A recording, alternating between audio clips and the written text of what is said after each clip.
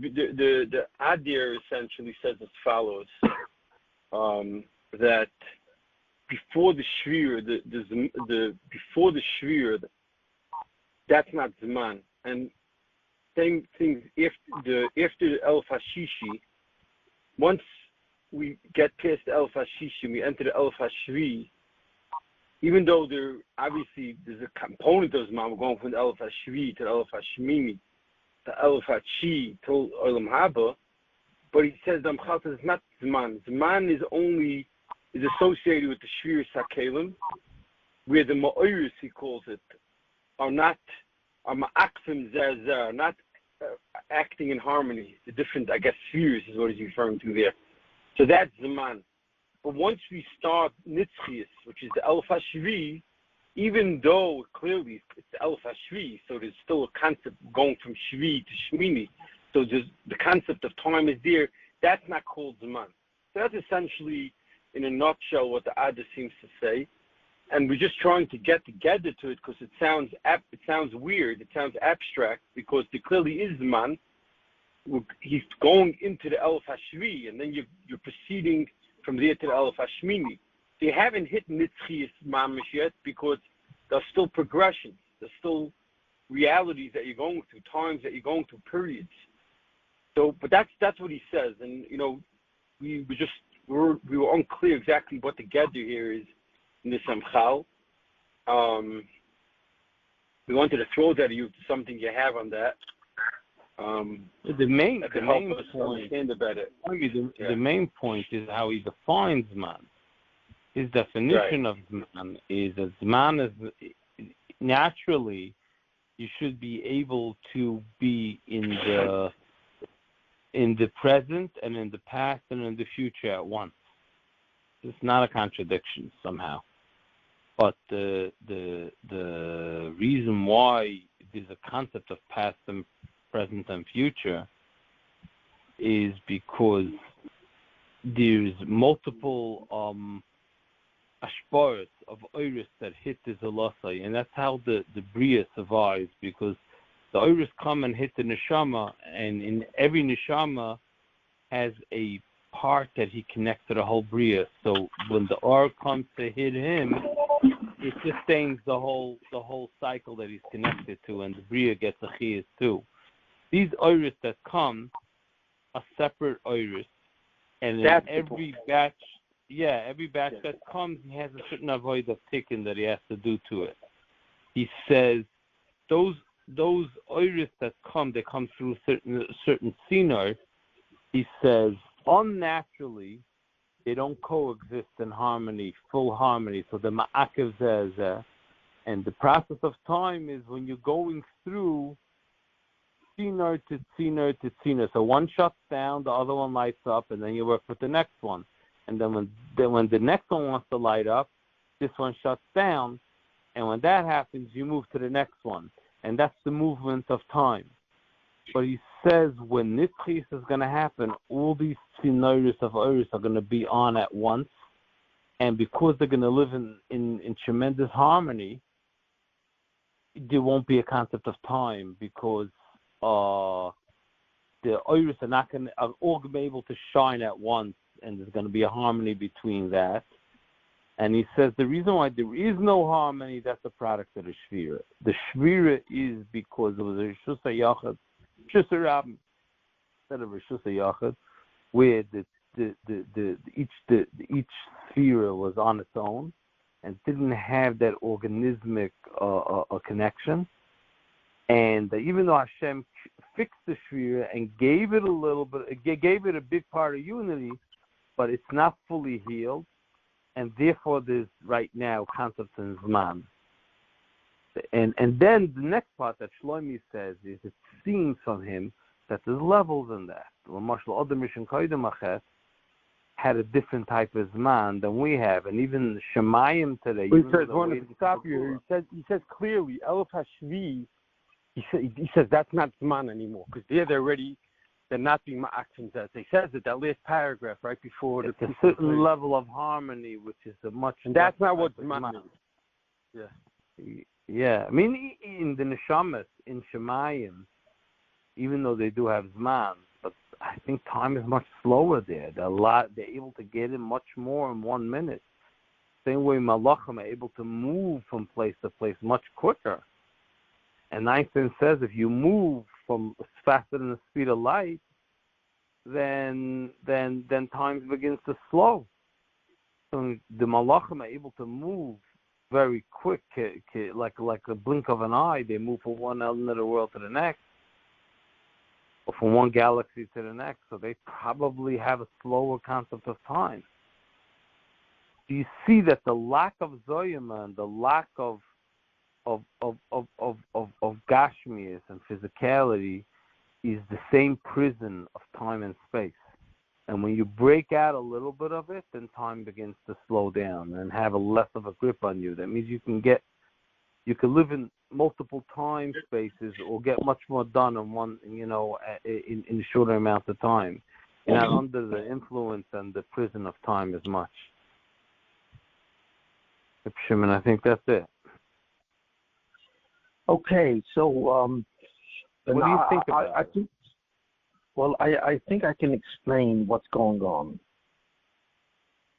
All right. Okay, so get ready. We just wanted to give you some data. That's all stuff. Okay, so you might as well. Okay, so get ready. Okay, I think Shlomo Spaten is not on because he's going to Israel. That's who sent me a message. He's on his way. Right. I think he's leaving today.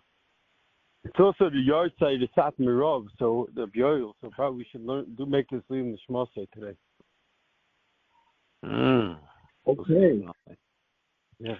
Okay, so in order to understand what time is, okay, and basically what it's connected to, you have to understand Einstein's theory of relativity in a certain way.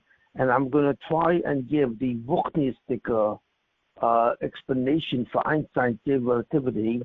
And from that explanation, I think you will begin to understand what time is, okay? Okay, so I'm going to put you on mute, Shimon. When you ask questions, don't think I'm not here. Okay. Okay. So in the Einstein's theory of relativity, he says fundamentally the following, that all of it is connected to speed. In other words, the faster you go, the faster there are changes to the physical universe. So he says like this, the faster you go, three things happen, okay? Three things happen. One, time gets slower. So if you're going, for example, at 50 miles an hour, you most experience time like we do today. If you go 100,000 miles a second, time begins to slow. And if you go the speed of light, time effectively stops. So what Einstein says is that you can't go faster than the speed of light, which is 186,000 miles a second. That's what he says. If there's a light beam going in space and you're moving parallel to the light beam. So when you look on your right side, you look and you see a light beam and it's moving very fast, 186,000 miles a second. And you're moving through space at 186,000 miles a second. At that point, time goes down to almost nil. It goes very slowly. So that's why they say there's something called the twin paradox, which is a very famous thing from Einstein. Let's say you have two twins that are basically, one born after the other. And let's say one of those twins goes into a spaceship and the other twin stays on the planet Earth. And let's say the one that's going on a spaceship is going at least 150,000 miles a second in a spaceship. And the other twin is on the planet Earth and not moving at all. let's say they go after 10 years. Let's say the one in the spaceship is going to go for 10 years, and then he comes back to the planet Earth.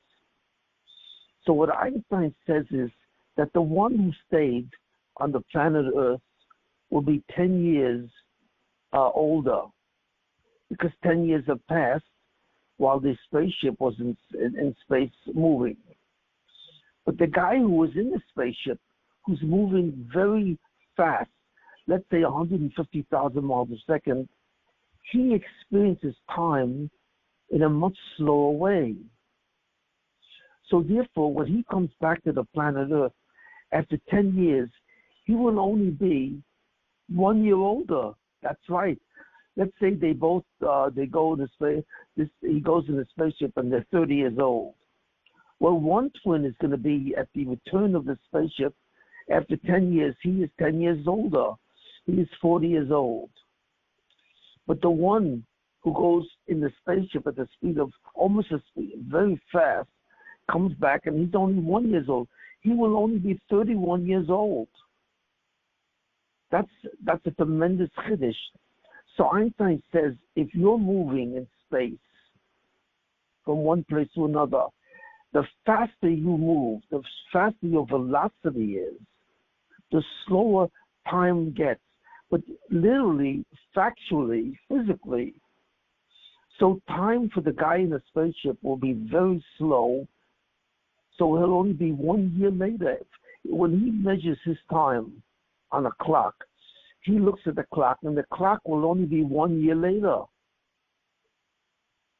Whereas the one on the planet Earth, he measures his time, it will be 10 years later. So this is not imagination. This is not something that one imagines. This actually occurs. Now, Einstein says something else happens. As you move faster and faster, your mass moves towards infinity. It becomes slowly, or when you're at the speed of light, you have an almost infinite amount of mass. That's incredible. So not only is time slowing, but the mass, the size that you are, becomes almost infinite. And he says the third thing's happened. How long you are gets shorter and shorter. So therefore, when you move to a speed that begins to equal time gets very slow, number one, much slower, and it gradually disappears at the point of the speed of light. Your mass, the amount of material you have on you, becomes infinite. And the distance, your length, becomes very short. So you go from, let's say, being 6 feet to being suddenly at almost the speed of light. You go from 6 feet, and if they measure you with a tape measure, they will see that you're only 2 inches long. So therefore, you see an incredible thing. Depending on your speed, the time gets slower, and you begin to experience getting older much slower than if you're standing still. Your mass moves towards infinity. You become a total mass of close to infinity, and your size shortens so that you become like a couple of inches long. So the question really is, Shimon, just before you go further, just my ignorance. How could you measure 2 inches and be in infinity at the same time? Did I miss something? No, what it means is you become denser. You know what density is? Density is the amount of mass per unit of volume. So let's say you have 2 stars with a different density. What does that mean? It means that, let's say the 2 objects get smaller and smaller, the mass that goes towards infinity, the mass becomes very dense. In other words, it fits into a smaller and smaller space. That's the concept of density. So if like you a black hole? Yes, yes, that's exactly like the black hole. Wow. A black hole is really when the star collapses. So therefore, you have a huge mass in a very small space. So the amount of mass in that space is much more concentrated than the mass in another space. So what happens is, as you move faster and faster, three things happen.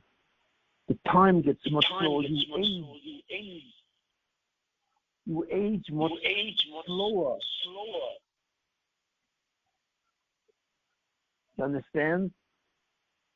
Oh, you still here? And the amount of mass that becomes infinite. It means it keeps on getting bigger and bigger. And also, finally, the bigger it gets bigger in a smaller space. So you shrink. So Einstein said that these three things happen based on your speed. And that the speed of light is the maximum you can go. You cannot go faster than the speed of light. Wow. That's what Einstein says. So at that Seems speed, like almost everything. Leave physicality. Yeah, your entire relationship to physicality changes. You age much slower. You become your weight becomes much greater. The amount of mass you have becomes much heavier, and your density becomes much smaller. So you shrink. As the mass is growing, you're shrinking. So it's occupying a smaller and smaller space with a greater and greater amount of mass. So that means that your density is changing. So the question is, so that's what Einstein said, and his theory was proven. So it's not even a contest. It was a proven theory. So the question is, what's going on? Why is your mass, your length, and your time based on how fast you're moving? It doesn't make sense. What does one have to do with the other? You understand? So there's no explanation. Einstein was a scientist. He was not a balashkofa. So therefore, Einstein had no idea about the ruchnius and the gashmius of all this. All he knew that this is what happens. He proved it mathematically. What showed it? He didn't prove it. That wasn't proven mathematically. It was proven physically, because what they did was they actually measured these three things in an atom, in a couple of atoms, which are very small. And what they did was they measured an atom which is on an airplane, on a jet airliner. So they had a certain substance on the atomic scale in an airplane going very fast. And they had another equal amount of substance on the ground. And they measured the time. They measured the time that was taking place in a jet airplane and on the ground on the earth. And they saw that this is exactly what happens. They saw, because now they're able to measure time very accurately, even down to a trillionth of a second. And so when they measured the time, they saw that the time on the plane was slower than the time on the ground. That's right. Wow. And they could measure that there was a slight shift in the length and a slight shift in the mass. So this was proven physically. They couldn't be proven. How did when he was get alive. to it? If Shimon, if he doesn't know Ashkafa, what showed him this emet? Well, he got to it because he began to analyze what's called the concept of simultaneity. What happens when two things happen at the same time? They happen simultaneously. What does that mean? And he did certain mind experiments, and on the basis of that, he redefined simultaneity. That simultaneity, to say that two things happen in the same second, depends on how fast they're moving, because their frame of reference is changing. Now, I tell you honestly, I never really truly understood Einstein's theory conceptually. Not yet. I never really worked on it. I never understood it, so I don't know the mechanics of it. But he was able to demonstrate it theoretically that this would happen, and then they experimented that they found out that he was right. That's all I say. So the theory of relativity, because what it means is that three things are relative. Three things are relative to your speed: your age, how fast you age, how big you are in mass, and how big you are in space. Wow. He saw that these three variables change with the speed that you're going, and that's it. And he was able to prove it logically, and he proved the whole system. And then they actually did experiments which confirmed that what he said happens. So that's all I can say. I can't really explain it. What do you know what speed time starts slowing down? Did they have that defined? When time starts slowing down? Yeah, it means you age slower. That I'm asking a technical question. At what speed? At 50 miles an hour, time doesn't slow down. At what speed does it start slowing down? At very speeds which get closer and closer to the speed of light. In other words, the amount of the time slowing down, you can't really measure it until you're going about 100,000 miles a second. In other words, the faster you go, which is where you obtain speeds which are closer to the speed of light, that's when suddenly it really begins to start. But it doesn't start in any noticeable way until you start to approach the speed of light, which is 186,000 miles a second. Thank you. Okay? Now, what I figured out, that's Einstein's theory of relativity. Now, what I figured out, really, and I figured this out a couple of years ago, it was on Simchas Torah, and suddenly it appeared to me, suddenly I got the hashkafa of his theory of relativity. So I'm going to tell you what happens in the hashkafa, why these things happen. Okay? Now, there's something you have to understand, because why does it depend on how fast you're going? That's the question. It doesn't make sense why these three things, which seem to have nothing to do with how fast you're going, suddenly are affected by how fast you're going. You have what's called in physics velocity. So your velocity, which is how fast you're going, actually determine these quantities of time, space, and mass. So the question is, what's the ruchnius behind that? Something obviously is happening in the world of ruchnius. And what is that? And I don't think I ever gave this shir. I don't remember. If I did, I gave it many years ago. Oh. What? We never had a shir, at least Yitzhak and myself, or the Chabura. So I'm going to give you a very powerful spoke to me shir. once about it. Right after you had the chiddush, you spoke to me about it. But how many years ago was this? A nice few years ago. It's at least 10 years ago. Yeah. So I really don't remember when, but and so on. But I'm going to explain clarity. No. Now, I'm not going to explain why it happens. I'm going to explain in the ruchnistic sense why it happens. And then from there, we're going to go into the hashkafa, the principle of hashkafa, that you said that the amount of time changes as you go into the 7th, 8,000, 9,000, 10,000 year. Why does it change? And I'm going to explain exactly, to some extent, why, of a fundamental thing. And why time, you understand, why it's totally on Shvius HaKelim. Yeah. So I'm gonna try and explain exactly why this is, why does Shvius HaKelim make a difference? And this is a very deep shir. I actually never gave this shir.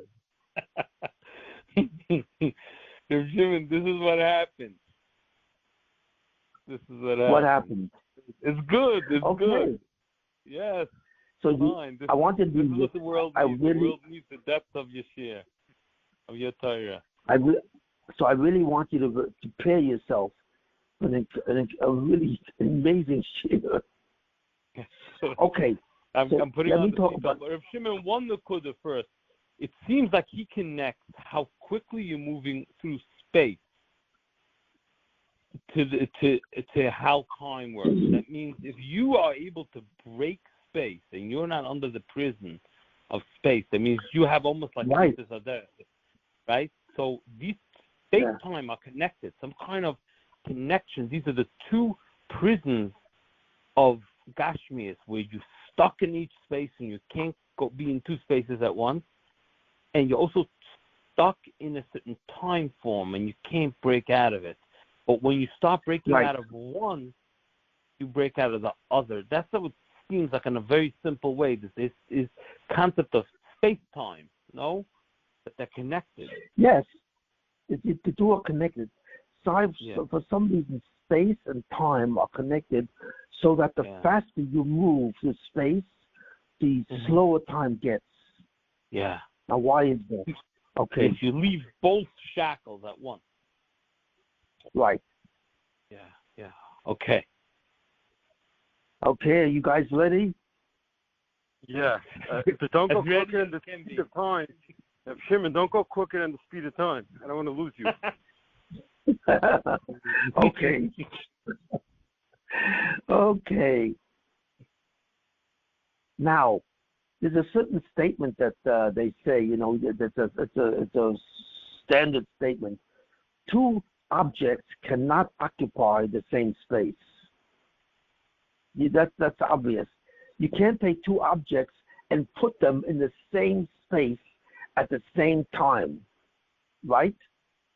That's a statement that's sometimes made. Two objects cannot occupy the same space at the same time. Only one can occupy the space and time. So the question is why is that? Because this has to do with the fundamental concept which is called separation, and this was nischadish by the Shri Kalim. What do I mean? How can this is not only there's something else here that's completely totally in this. Okay, there's a fourth concept which is the deepest concept of all, the concept of separation. What does that mean? That's the concept of a concept. How do you have what exactly is a concept? What is a concept? What a concept is that you are giving something a definition, which means what? It means the object that you're looking at has a certain definition. What is the definition? It's a description of the essence of the object in terms of its qualities.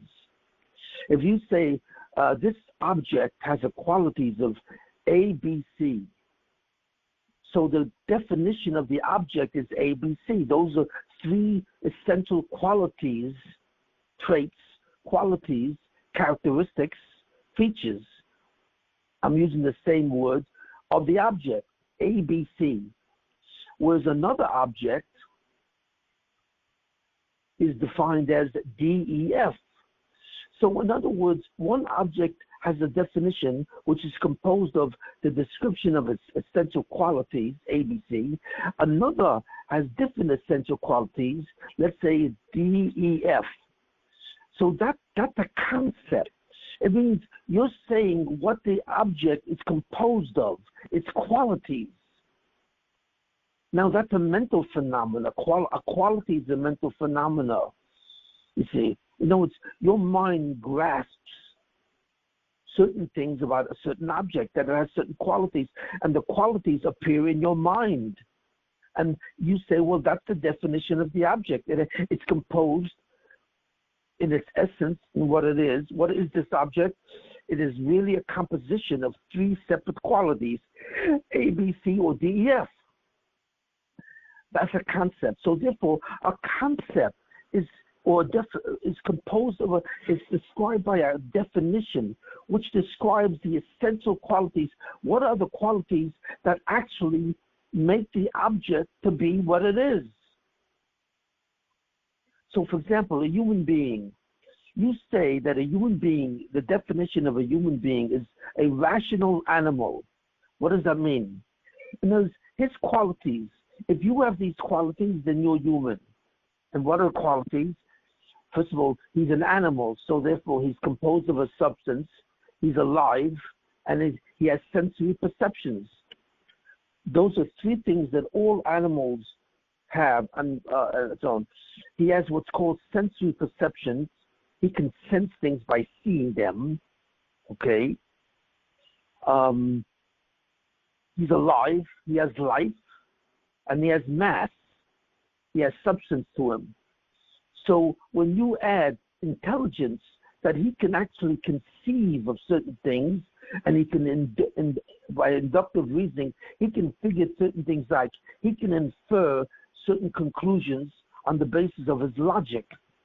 So logic is a process which is a mental process. The mind can understand certain things. That's called the intellect. So a human being is really an animal who has an intellect. So therefore, his definition of a human being, it's a rational animal. You understand this? Okay. So therefore, we see what a concept is. When you look at something, your mind can form an image of it. And that image of the object is called its essence.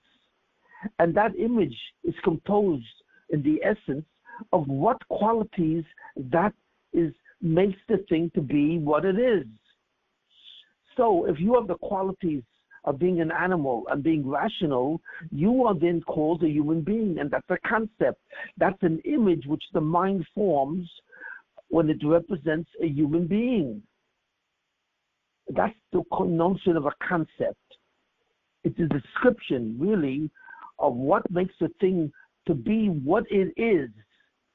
And that description is done through a description of the qualities that it possesses that makes it. So, for example, let's say you have a human being, okay, a human being, and he's not alive. He doesn't have life. He's dead. Is he a human being? Well, not really, because a human being is alive. So, therefore, life is one of the essential features of a human being.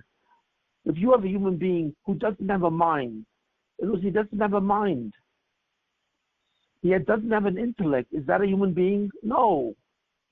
So therefore, these qualities must exist for the thing to be what it is. So therefore, we see the entire universe is a reality which is subject to concepts. Everything in the universe is subject to a concept, and each concept is separate from the one another, each from one to another. There are no two concepts which are exactly equal. They're all unequal. Each thing has a different set of qualities. Like even two people are not defined the same way.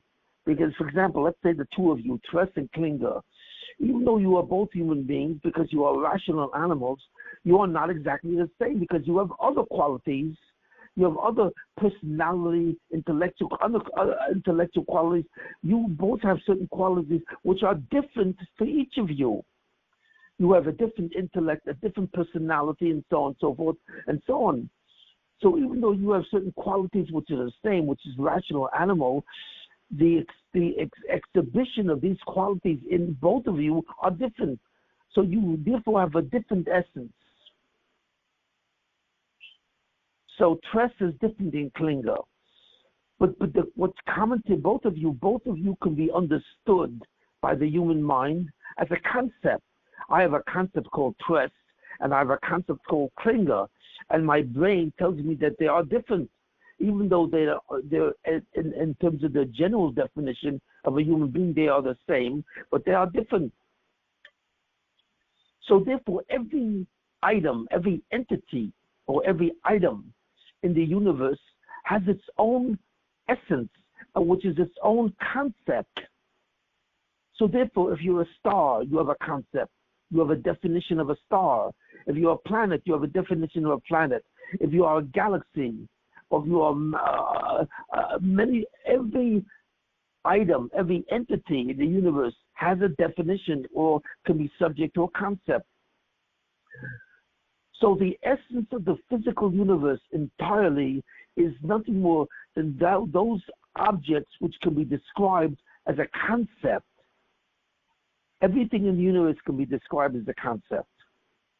But the essence of a concept is everything is separated. Everything has its own concept. In a room, when you walk into a room and you see a concept, you see a desk, and you see a bookcase, and you see a chair, and you see a table, and you see a couch.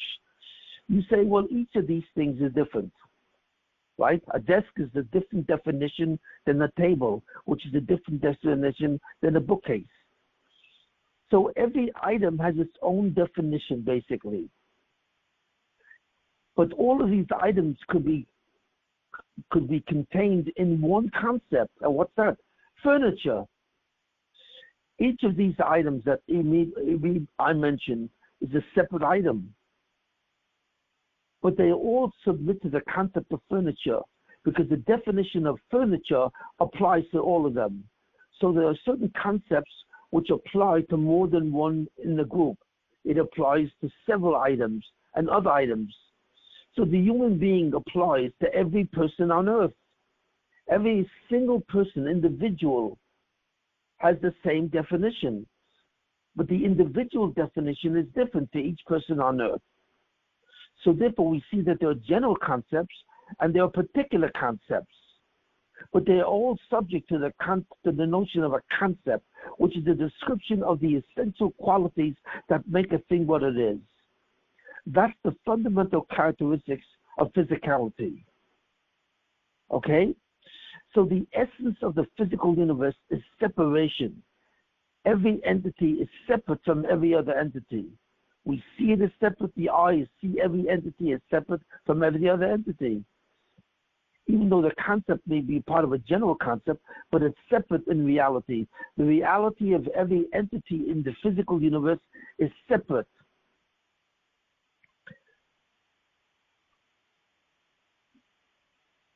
Now, when you move through velocity and you move through space, what are you actually doing? You're unifying space, which means on a certain level, when you move through space, you're unifying space. Space, let's say, is composed of separate points. There is a separate point in each piece of space. Space is composed of points. And the sum total of all the points together constitute the space itself. Now, motion is you're going from point to point to point to point in space. But when you're moving, you're in a certain process of unification. You're unifying all the points because you're going to every point in space. That's what motion is. When you're at rest, you're not moving to space, you're at rest, and you are simply in a single point or in a couple of points, and you are stationary. So you're not moving through space. So motion is a certain sense of a achdus. You're being me'achid, all the points in space, by going through them all. You see? And this concept of achdus is really a spiritual concept. What is achdus in the world of Ruchnius? Many times I define the word achdus by the word organism.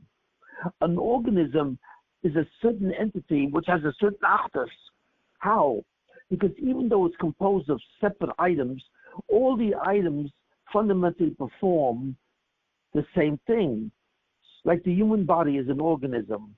It's composed of different items, different organs in the body, which do different things. But the sum total of what it all does contributes to the possibility of life. The circulatory system contributes to life. The digestive system contributes to life. The excretory system contributes to life. Each organ has is in a different system, and therefore has all the functions. But all the functions come together to give you one tachlis. You're alive. That's called an organism.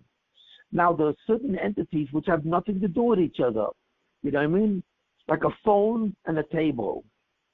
If there's a phone on the table, these are two different entities.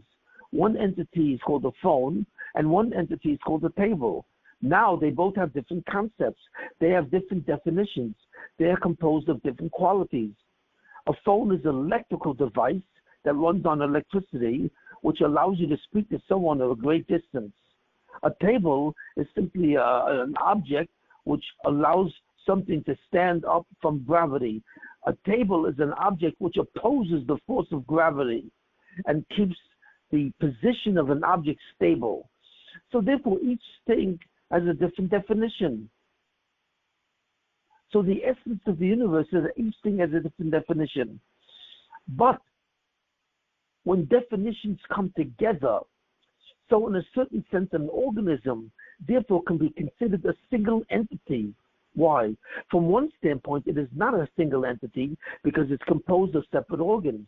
But from another standpoint, it's a single entity because if you define an organism, a human body, as that entity which allows a life to be in the thing, all of these organs are then part of the definition. So suddenly the concept of a human body is different than the concept of the name of the person or the weight or the looks. So an organism is an entity where suddenly the concept of the organism is more unified than the concept of the individual organs. So if there's a greater and greater achdus, there's a greater and greater unity of the concept into a general concept. Now the important thing to realize is what is speed? What is velocity? The velocity is a concept of motion where you are actually uniting all the points, the separate points in space. A point is a position in space. Space is composed of positions. Each position is a point is separate from the next position. And when you move, you're moving from position to position to position. But there's a certain unification which is produced by that motion. So therefore, once something is moving, it takes on a ruchnistic process. That's the idea. Motion is a ruchnistic process because what you're doing, you're taking something which is composed of separate positions, separate points, and you're making an achdus. Like, for example, if you take a ruler fundamentally unites space, all the points. But when you move, you're actually uniting one point to another, one position in space to another position in space. So space is taking on a unity. So motion is different when you're at rest. When you're at rest, you're occupying a certain position in space in a stable way. But when you're moving through all the positions in space. So therefore, space takes on a unity. You are miyached space. That's right. Motion allows you to be yachid, to unify all the positions, all the points in space. And when you yachid things, suddenly things begin to change. What changes? Time, mass, and length. Why? Because this is the thing. The whole tachlis, if you really understand it, what's the ruchnistic tachlis of the world? Or I should say, what's the fundamental tachlis of the universe? Or what's the fundamental tachlis of the whole bria? What is God waiting for the bria to become? Well, God is waiting for the bria to suddenly develop an achdus. That's what he wants. He wants that the human being to realize that he and the human being are really one. Because he is inside, he is the foundation of the human being, because his self-awareness is part of the self-awareness of every person on earth. So therefore, all entities that were created by God have a certain achdus. They are connected to the Rebbeinu Shalom. Einoi Vadoi. Everything is connected to God, and God is connected to himself. He is an entity. He is the identity of self-awareness. He doesn't possess self-awareness. He is it. So God, therefore, is nothing more than a certain being who has an absolute level of achdus. In other words, God is not two separate things. God is not an entity which exists, God is an entity which doesn't possess the property of existence. It is existence. God is therefore manifestation. God is nothing more than a certain entity, if I may say, that is as an absolute achdus. There's no divisions. God is said to be simple. Pashut. That's the word pashtus. Pashtus means that there's no divisions. There's absolutely no divisions in God. And so therefore God doesn't have any qualities, because each quality is a separate item. It's a separate item. It's a separate entity. But since God is absolutely one, there is no quality which is distinguishable in God. You can't say God is this, and God is this, and God is that. He is none of these things, because all of these qualities are one in God. God is an absolute unity. And when God created the world, especially when he created the Zulosoi, he did not create, he separated himself from the Zulosoi, because the Zulosoi has a certain feature of knowing itself. And when you know yourself, you are not God in the knowledge of yourself. So therefore, the Zulosoi is the only thing that truly is separate from God, as it appears. He's not really separate from God, because God is Einoid Mulvadoi. But if anything can approach the concept of separation, of division, of multiplicity, it is Zulosoi.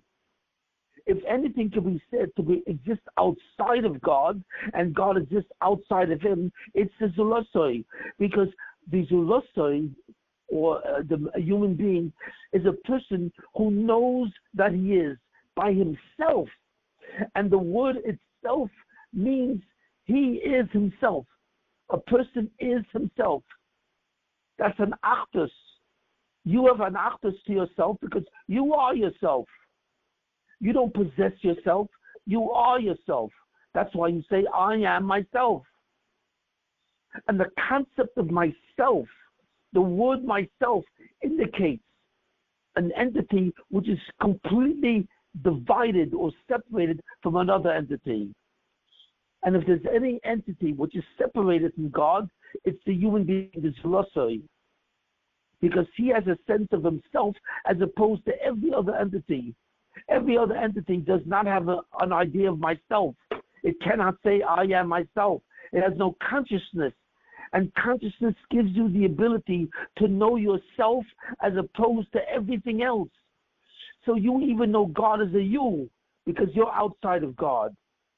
So what did God create? So therefore, what God created is the concept of division. That, in essence, is what God created.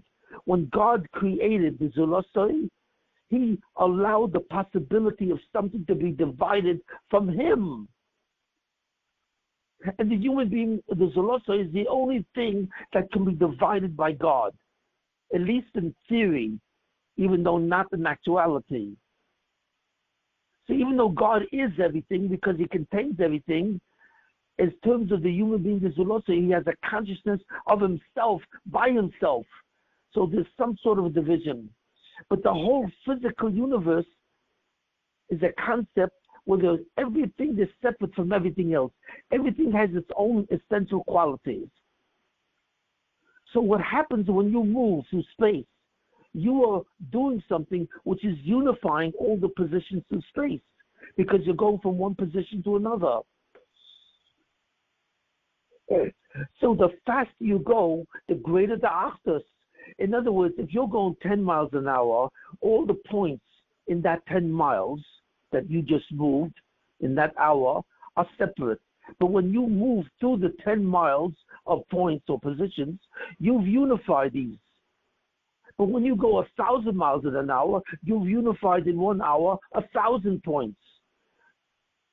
So when you go 186,000 miles per second, you've unified all the positions that exist in that second of space. You've gone in 1 second 186,000 miles. Now, how many points in space does that contain? An enormous amount. But since you've gone through all those points in 1 second, you've created an entity which never existed before. And that's what motion is. Motion is a certain process where you actually create a new entity. What's that? You've unified space up to the point that you've traveled. So if you travel 10 miles in 1 hour, you've unified the space.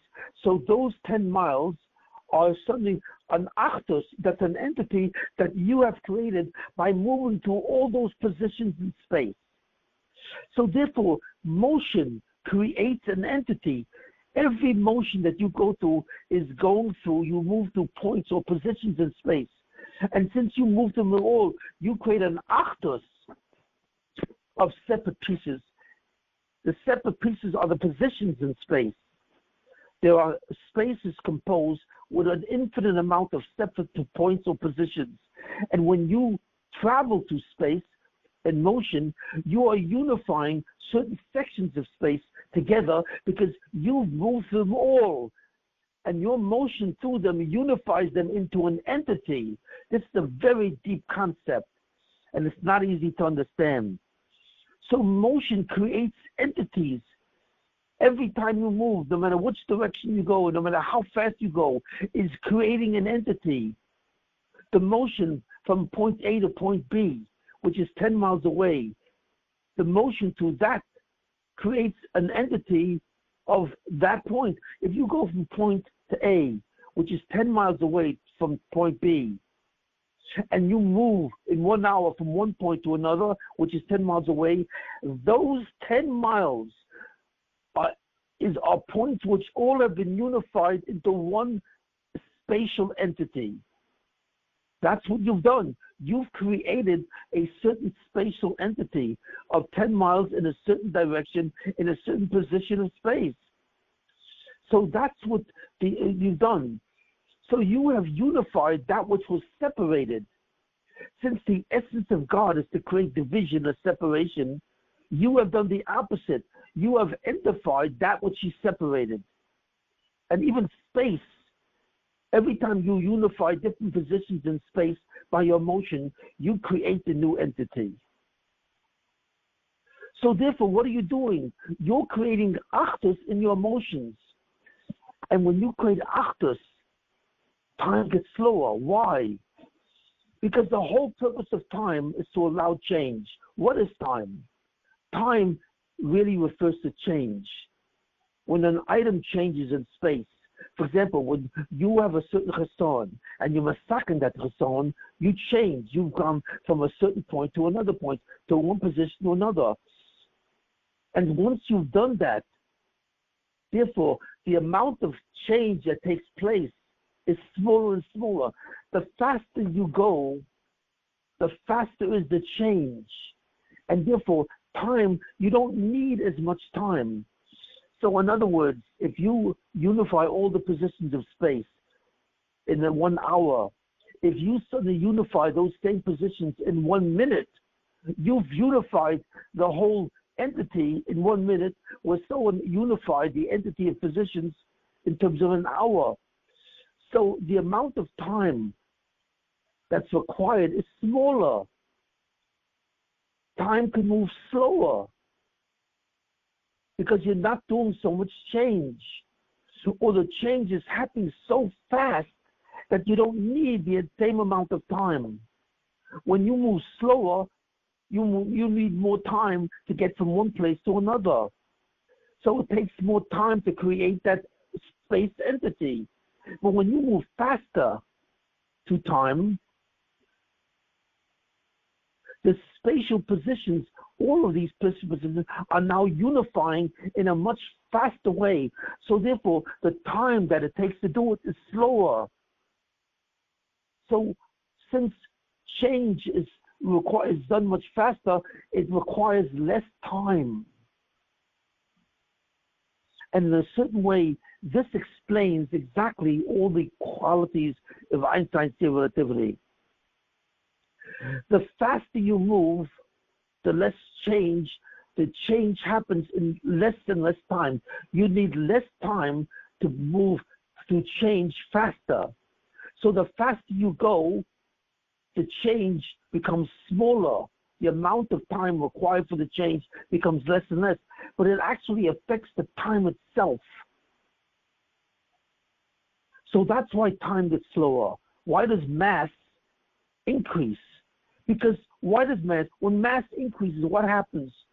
All separate objects which were separate are now unifying. That's also a concept of achdus.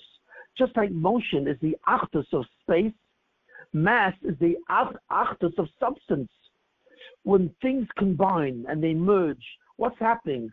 You're developing an achdus, but it's not an achdus in terms of spatial positions. It's an achdus in terms of substance positions. Two different entities composed of two different substances, when they merge, there's a certain achdus which is developed. So therefore, when you move through space faster and faster, the mass becomes bigger and bigger. Why? Because you're connecting objects. You're going from one entity to another entity. And when you move faster, when you're combining entities, you see, it goes faster and faster to the achdus. One is an achdus in substance, one is an achdus in spatial positions, but it's also an achdus. And also, the object gets shorter. Why? Because the mass is increasing in density. It's merging together, and as the substance of the entity merges together, the object becomes smaller. So therefore, these three concepts, time, mass, and length, are all related to the concept of achdus. And when you perform this achdus, you are reversing what the Rebbe created.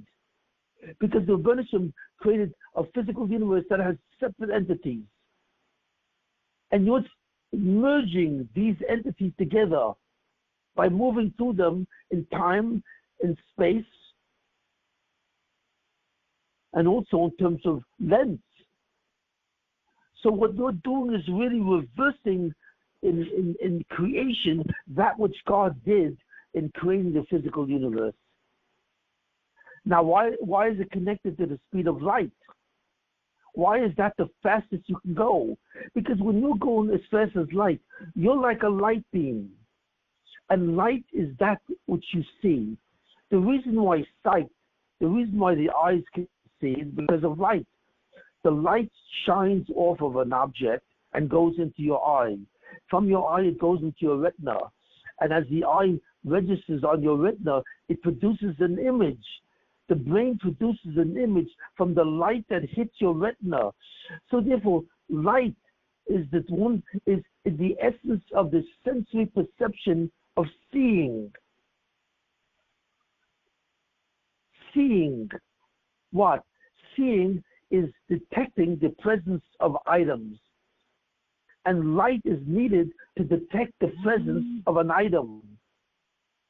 So therefore, when you're moving as fast as light, you're moving as fast as the ability to sense objects. And that constitutes the maximum speed that you can go. Because at the point when you're going as fast as light, in other words, if you're moving through space at the speed of light, and next to you is a light beam, can you see anything? No. When you're moving as fast as a light beam, then that light beam can never catch up to you. And therefore, it can never produce an image in your mind. So therefore, at that point, space is completely dark. When you're moving at the same velocity as the speed of light, you cannot form any images of reality. Because you need light to form an image of reality. And when you're moving as fast as light, you're moving at such a point when light can never enter your eyes. So therefore, at that point, if you're moving as fast as all the light, as the speed of light itself, light can never catch up to you and form in your retina, in your brain, an image. So reality fundamentally disappears when you move as fast as light. That's why you can't go faster than light, because it's not simply that reality becomes dark. In a certain sense, reality disappears. So time stops. There's no more reality. There's no more change. Nothing is changing anymore. So what stops? Change. So time stops. Mass increases to infinity, because when you move as fast as time and you move to a point when, why does reality stop? Why? Because it cannot be detected anymore. Why can't it be detected? Because it's infinite. Nothing is separated. There are no more entities because there is no more division in reality. Everything is the same thing. Everything merges into one item and it becomes infinite. You cannot see any specific individual item anymore. And therefore, reality moves to what? It moves to a micro inch. It shortens. So in other words, the reality shortens to the smallest piece of a thing, because since everything merges and everything becomes one object, there's almost no space in any object. So it shortens its length. Something which is a foot now becomes an inch. Something which is an inch now becomes a millimeter. That's exactly what happens. So therefore, all of these things correspond to the disappearance of reality. Time stops because nothing changes anymore. Mass can no longer be distinguished from one object to another, so it merges together and mass becomes infinite. And fundamentally what happens? And length becomes infinitely small, because since everything is merged into one thing, and that one thing becomes down to zero, the whole thing disappears. So in other words, the three qualities that give us a sense of reality, which is what? Time, substance or mass, and extension. Extension is everything extends in space in 3 dimensions, length, width, and height. And because it extends, you can see it. So in other words, these 3 qualities determine the nature of reality: time, mass, and and length, extension. So when you move as fast as light, you can no longer detect these 3: change, mass, and extension. Reality disappears. But that's exactly what God wants. God says eventually everything will become one. Because what I want is an actus. All humans will become one. Why? In a certain way. Not exactly. But every human being is connected to every other human being, because the whole thing is Adam Mauritian. Koidemachet was every man that ever was born on the planet Earth. He was the neshama of all of them combined. So in a certain sense, Adam Mauritian was a single human being that encompassed every human being on Earth. So in a certain sense, Adam Mauritian, it was as he was traveling at the speed of light, because you could no longer detect the reality of an individual, of another person. When Adam looked around in Gan Eden, he didn't see anyone. Why? Because he was the only one. Him and Chava were the only ones. Chava was part of him. But Adam Mauritian was a single man before the Nesira, before the division of male or female. There was only one person. And when that person, who was Adam Mauritian Koidem Achet, and Adam Mauritian Koidem of the Nesira, that was one person. And when he looked around in Gan Eden, did he see anyone else? No. Why? Because there wasn't anyone else. No other human being existed except for Adam Mauritian. There was no one to see. So there was no reality called mankind. Mankind did not exist because there was no such reality called mankind, because there was no such person as another person besides Adam Mauritian. You understand? So therefore, reality, when God created physical reality, he had to create 3 things. Time, which allows the change in physical reality. Mass, which gives a substance to entities in reality. And length, which gives the extension of an object in reality, where it extends in 3 dimensions: length, width, and height. But without these 3 qualities, you do not have the ability to have reality.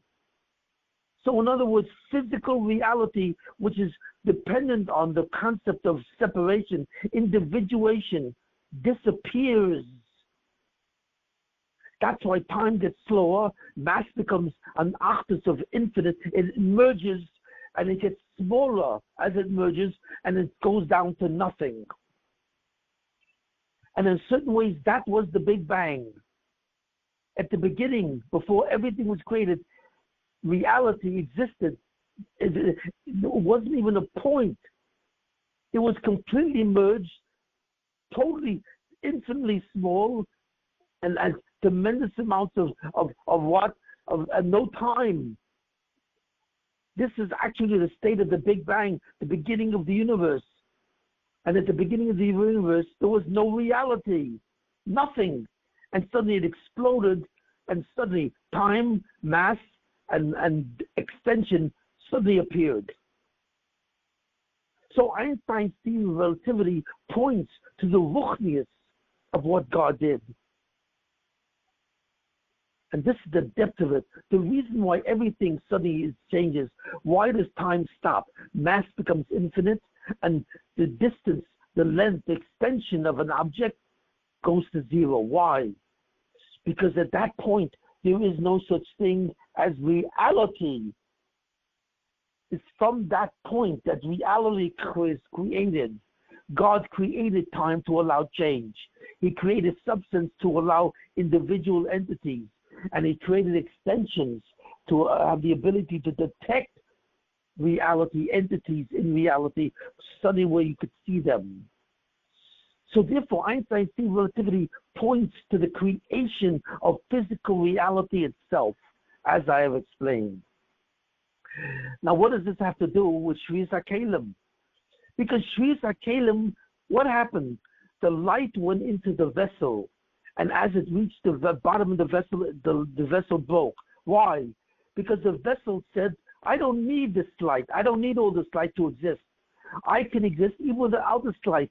So it broke itself off so that the light couldn't necessarily even come in. It only took a certain amount of light of the ore that it felt it was entitled to because of the concept of itself. The Keli, which is a self, felt that it existed by itself, and therefore it felt entitled to the ore, to some of the ore, so it broke. So it was the Keli that broke, not the light. The Keli said, which is a self, I am myself, and I therefore will break off from this light because I don't need this light to be manifest. All I need is 288 pieces of light to be manifest, and these pieces of light don't belong to the light, it belongs to me, the self. These 288 pieces belong to the self. It does not belong to the ore. You see, that's the mistake. You think that the ore that went with the Keli when it broke belongs to the ore. No, it belongs to the vessel. The vessel took that light, the 288, the Rapach, Nutsutis, it took it because it said, these are mine. This is my light that is attached to myself as a single individual entity. And that's why it took these 288. So therefore, when that happened and the self became, at that point by the Shrius HaKelim, the self therefore separated from God. That's the first time that individuation took place. Because individuation was simply a machshava, but it became a reality at the Shriya. The first reality of individuation, which is the essence of physical reality, took place at the Shrius HaKelim. That's when physical reality was born. Why? Because division, individuation, separation was born. Very deep concept. So therefore the Kalim took these lights because these lights belonged to the Kalim. It was a din in the Kalim. It wasn't a din in the ore. These lights belonged to the Kalim because the Kalim saw itself as a me and a you. God is a you. So God is outside of the Kalim. The Kalim saw the ore as outside of it after the Shriya. So therefore, now we go back to the original thing. What's the whole tachlis of the Bria? To masakin namnik sufa of the Zulosoi. And namnik sufa is that the Zulosoi believes that it is outside of God. And God says, no, you're not. You're inside of me. And you have to have that thing to avoid annihilation of the yichud pressure. My achdus will annihilate you because my achdus demands that everything be inside of me, not outside. And if you counteract that, you are destroying yourself.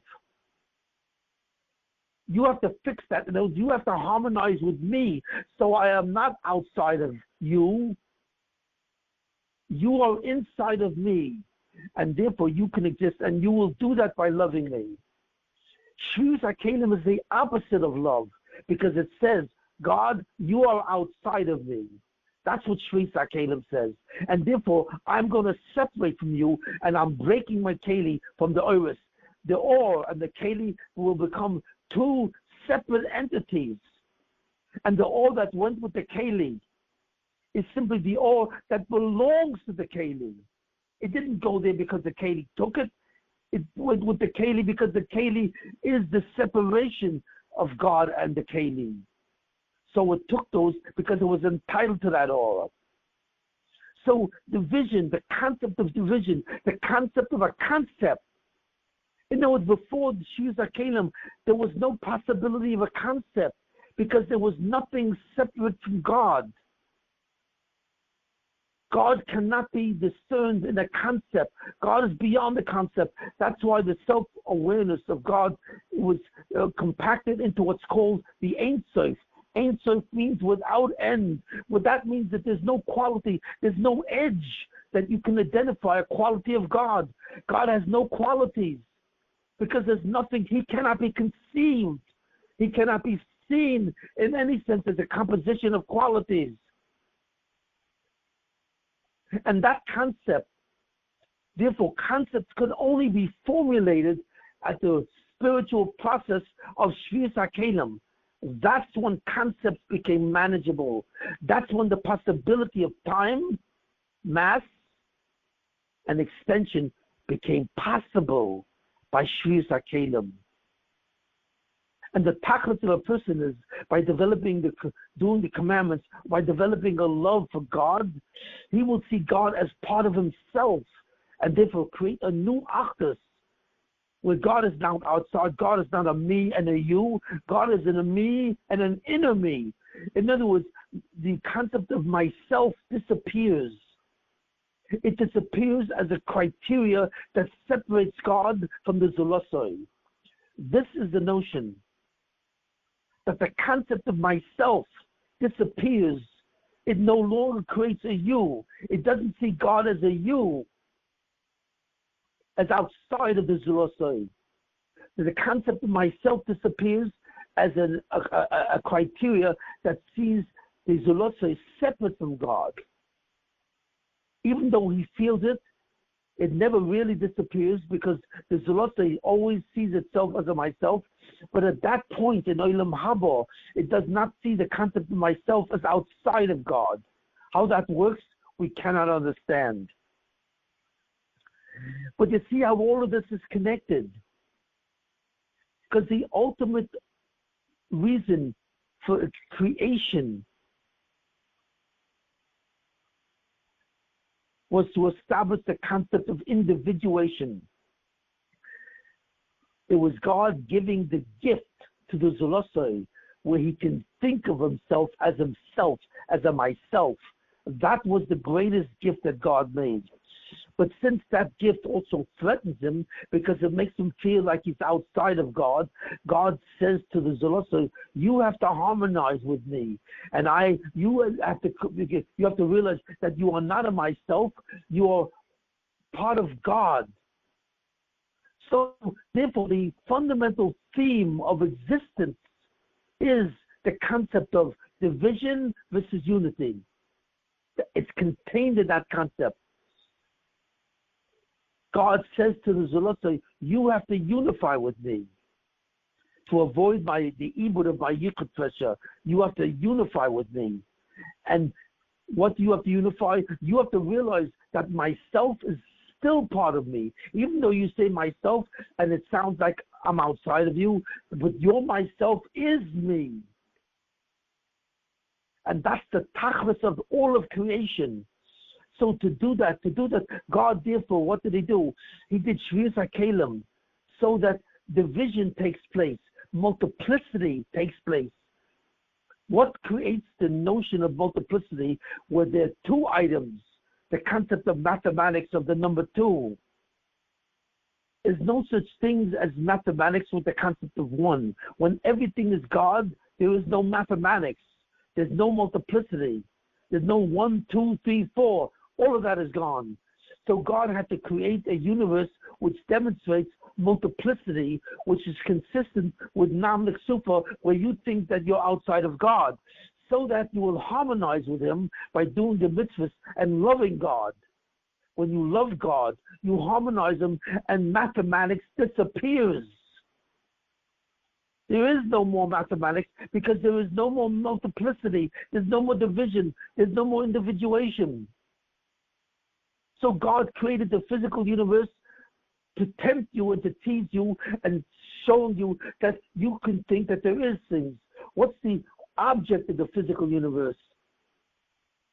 It's to create the illusion of multiplicity, the illusion of separation, the illusion of me, you, so that the person will overcome that illusion and adapt the spiritual understanding. Because in the spiritual world, in the world of Ruchnius, there is no such thing as multiplicity.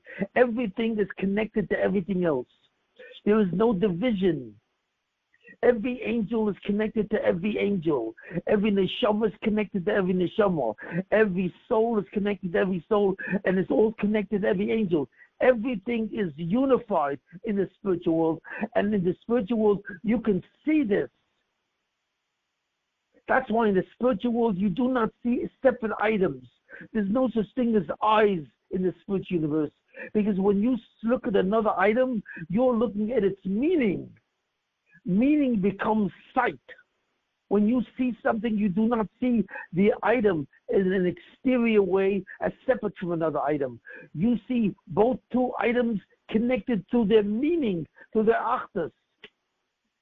So the concept of sight for a soul is not an entity. It's not an exterior entity.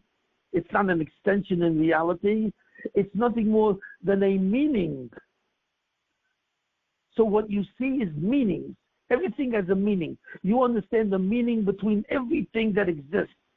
And that demonstrates the achdus. It's the spiritual way of seeing things which ultimately connects everything in reality.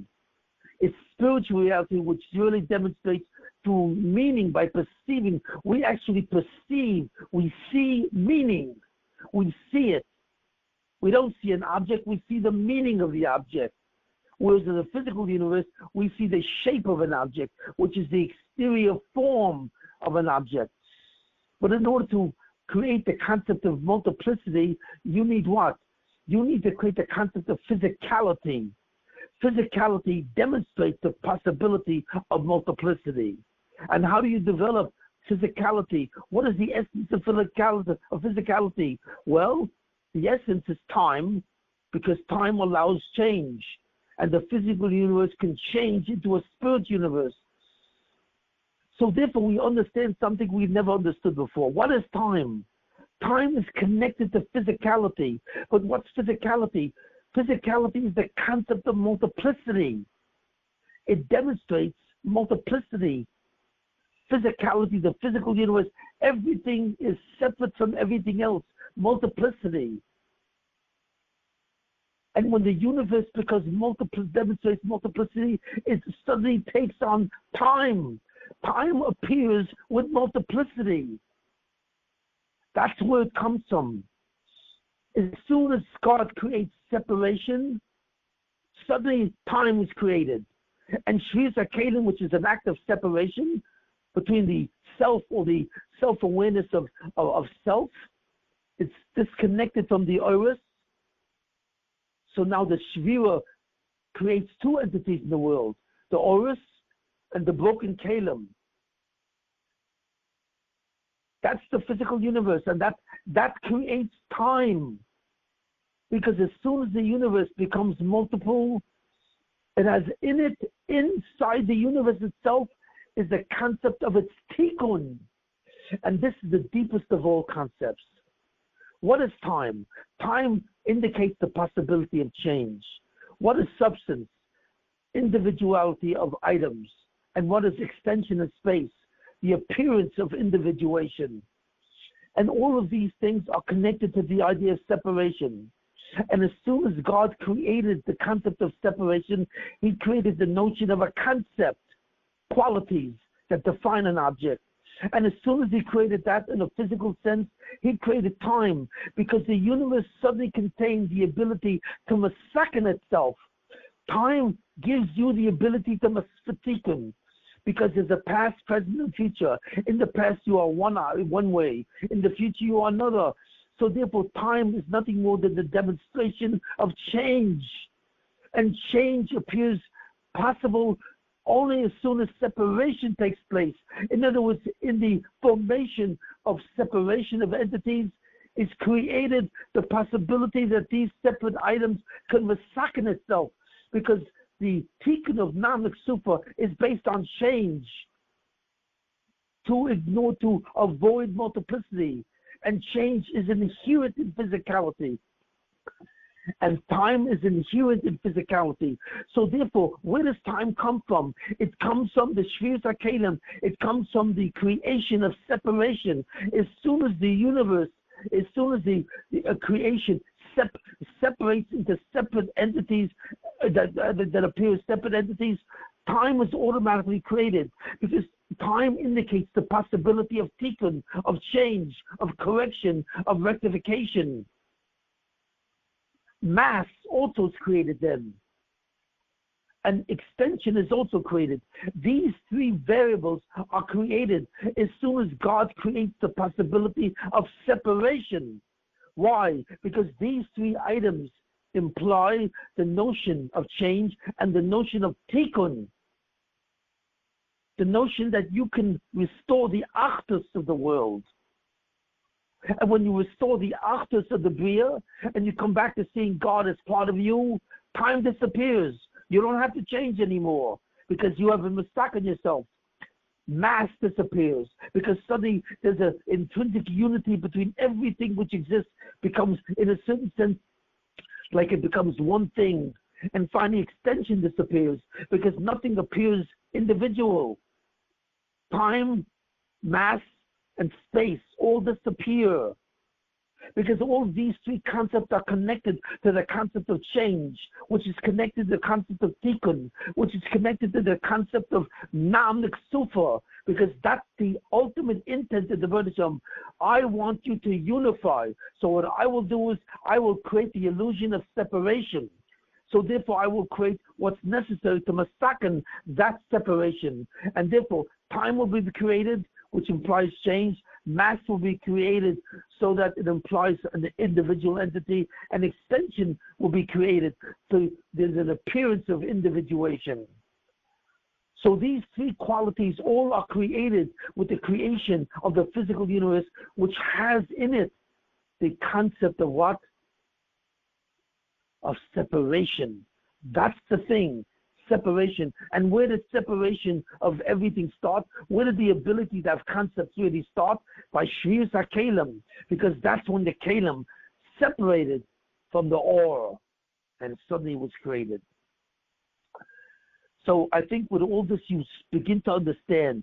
Therefore, why does time in the 6,000, 7,000, 8,000, why is it as we approach Olam Haba, time changes? Because physicality changes. We no longer need separation, because the person will have masaken his problem of Nanak Sufa. So you don't need separation. How do you remove separation? By creating achdus. How do you create achdus? By simply removing time, mass, and extension. Because these things exist only to allow change, tikkun. These things exist to allow the possibility of the tikkun of Nanak Sufa. Once the Tikkun of Namak Suf is established, where therefore Olam Haba, Olam Hazeh, I should say, is no longer necessary. So time, mass, and extension disappear because they don't have to create the illusion of separation since you have already corrected it. So therefore, the time as it goes to Olam Haba gets slower and slower. The mass begins to merge, and the extension begins to disappear. All of these three variables begin to change because the concept of separation begins to change as you go from Olam Hazeh to Olam Haba, this world to the future world, as the physical world goes to the world of Nitzchias, not spirituality, because a spiritual world is still part of the world of separation. That's right. The spiritual world is the world of separation, but much less separation than the physical world. It's much less separation, but it still has separation because one malach sees another malach as an individual. So there's still a concept of separation. So the physical and spiritual world are part of the same system of those three qualities, but on a different level, because you see the unification of every individual in the spiritual world, because you see the meaning of everything in this visual world. And in the physical world, you see the actual appearance, separate appearance of every individual entity. But as you go to Olam Haba, it's the world of Nitzchias, eternity.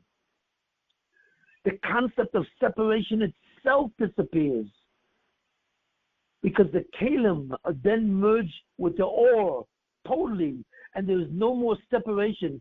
You are now beyond the world of concept.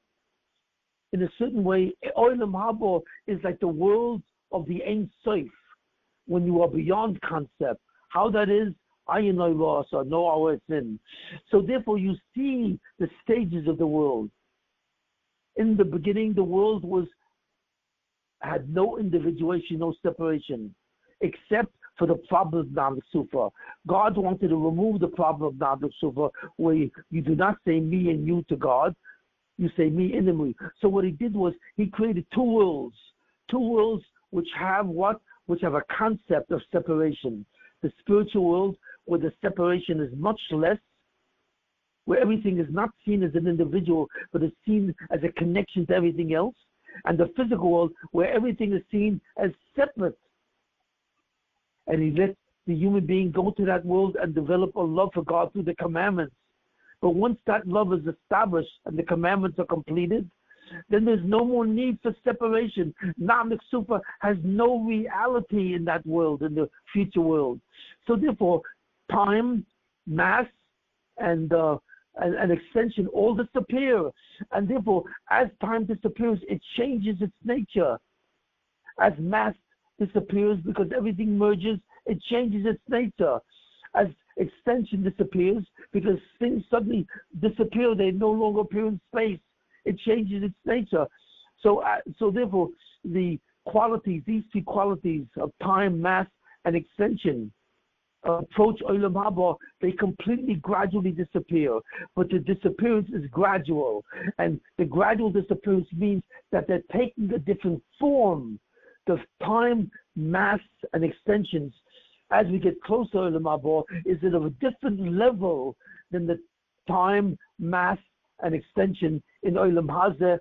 And even as we approach, we're getting closer to Olam Haba. These three qualities are starting to completely disappear, so that when you get to Olam Haba, there is no more of these qualities, and there's no more separation.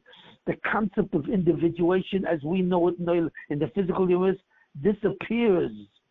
What does appear, we don't know. No eye has ever seen this. But that's the fundamental difference. The fundamental difference is that before creation, there was a problem of the Zulosoi.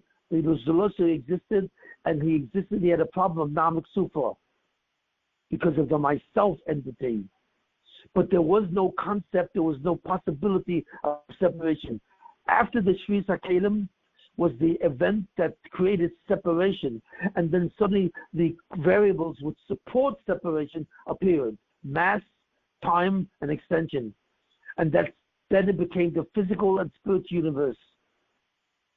So as we go back to Olam Haba, which we were before we started, we were separated, we go back and these three qualities then begin to disappear. And suddenly we are on Olam Haba, the universe, which does not even have a concept. In a certain way, we become part of the Ein Sof, which is not subject to a concept. So I've said very powerful ideas. I've merged the whole concept of how these things relate, how Einstein's theory of relativity supports the whole tachlis of what God created. And it was from Einstein's theory of relativity, you begin to understand that which God did is real. That in order to create separation, the concept of separation of me, you, God had to create the concept of what? Mass, time, and extension. Those are the three qualities that had to appear so that God can create the physical and the spiritual universe. But it's much less in the spiritual universe than the physical universe. But they had to appear for the spiritual and physical universe to be created. Now, once Nam the Super is fixed, then the world goes back to where? It goes back to Olam Haba, which cannot arrive until the Shvius HaKelim is fixed. The tikkun of the Rapach Mitzutzis, which has to do with the removal of the Shvius HaKelim, is the beginning of Olam Haba, and the removal, the total disappearance of the concept of separation and the tikkun of Nam the Super. And that's it. Shimon, wow, unbelievable. Wow. A lot of things to think about. One thing I didn't want to interrupt in the middle. There's a lot of food for thought, but you saying that motion is really, the physical motion correlates to going from non-ticking to yes-ticking. At least that's how I heard it. Well, in a certain way, motion is an event where a person is unifying the various positions in space. And therefore, that unification creates an entity that we don't know as an entity because we see space as infinite. So we don't think that the unification of positions is actually the creation of an entity, but it is the creation of an entity. That's why time gets slower, because as you create, but it creates the actus of an entity. Because space is normally an infinite amount of points and positions. And as you go through them, you are creating a unification. It's an entity of actus. That's what's so powerful about it. That's why time gets slower, because you are being miyachad the bria through your motion. And you are doing the same thing to your mass, and you're doing the same thing to the extension. Because in actuality, you're creating a new entity of actus when you move through space. And when you move up to light, when you actually go to the speed of light, then reality disappears. Because lighting cannot attach to your eyes. It cannot show you anything. So you cannot detect anything. There's no individuation. So in essence, reality disappears. Does it mean that you're going into the Ruchnis, the reality, like Malachim? Yes. When you go at the speed of light, you are approaching the world of Ruchnis. Wow. Because Malachim are able to go that speed or fast. Right, they're able to do that. Why? Wow. Because they have the actus. They don't have the level of separation which physicality gives. So when you go at faster speed of light, you are eliminating physical reality, and you're on the other side, like a curtain, porochus. You are on the other side of the porochus, and then suddenly you are able to go on the other side of the porochus, and then you die. In fact, that's probably what happens. That's what death is. I would surmise. What does it mean, death? It means that the physical disappears, and it's disconnected, which means that on some level you're actually going at the speed of light. So your whole physicality is null. And when you reach that point, you suddenly merge into the other side of the vercus, and before you know it, you are a connected neshama, but you are a soul. So when you reach the point when you equal the speed of light, which is what happens with the Malach HaMovis, suddenly grabs your soul, and it grabs your body and soul, it grabs your soul, and it moves at the speed of light. So suddenly everything stops, physicality stops, and suddenly you're into the spiritual world. I think that's exactly what the Malach HaMovis does. That's how the Malach HaMovis makes the neshama alone. How? Because it takes a person, his neshama, and it moves it at the speed of light. So it cancels physicality on the other side of Peruchas, and suddenly it goes into the curtain to the other side, and bingo, it's now a neshama in the world of ruchnius, in the world of spirituality, but it's still connected to the body, because the silver cord which connects the neshama and the body is still there. Somehow that's an exception. That is an exception to the disappearance of reality. There's something very deep about that which I don't know. So I've actually described that's to you why death is a ticking. Because as you're dying, you're merging the bria. You're making a yichud to the bria as you start approaching speed of light. So there's a tremendous ticking by death. Wow! It also shows the relationship and the connection between the Zolosai and the bria. That if the Zolosai is moving that fast, then he affects that he's causing an achdus in the bria itself. Right, but it's not a real achdus because there's still zoyama. Yeah. It's still a polocha. It's still a polocha. Shimon, if you know the shame of the Torah you just said, you could probably achieve Kritas Haderech. This is probably the secret of Kritas Haderech. When Tzaddikim do Kritas Haderech, they know how to cause a certain yichud within themselves, so space doesn't stand in their way. That's right. I think you're right, Klinger. I think you're right. I think you've kind of slightly described what Kritas Haderech is. It must be in some way that while you're physical, you can shorten these three variables in such a way where suddenly you can miyachet space in a much greater level. That's probably what you're doing. Wow. Now let me tell you something else that you just answered. Amazing. I don't know if Shlomi noticed this, but next in the Oitis Ramchal, right next to the Maimar HaKivui, the essay of hope, is a Maimar of Derech from the Ramchal.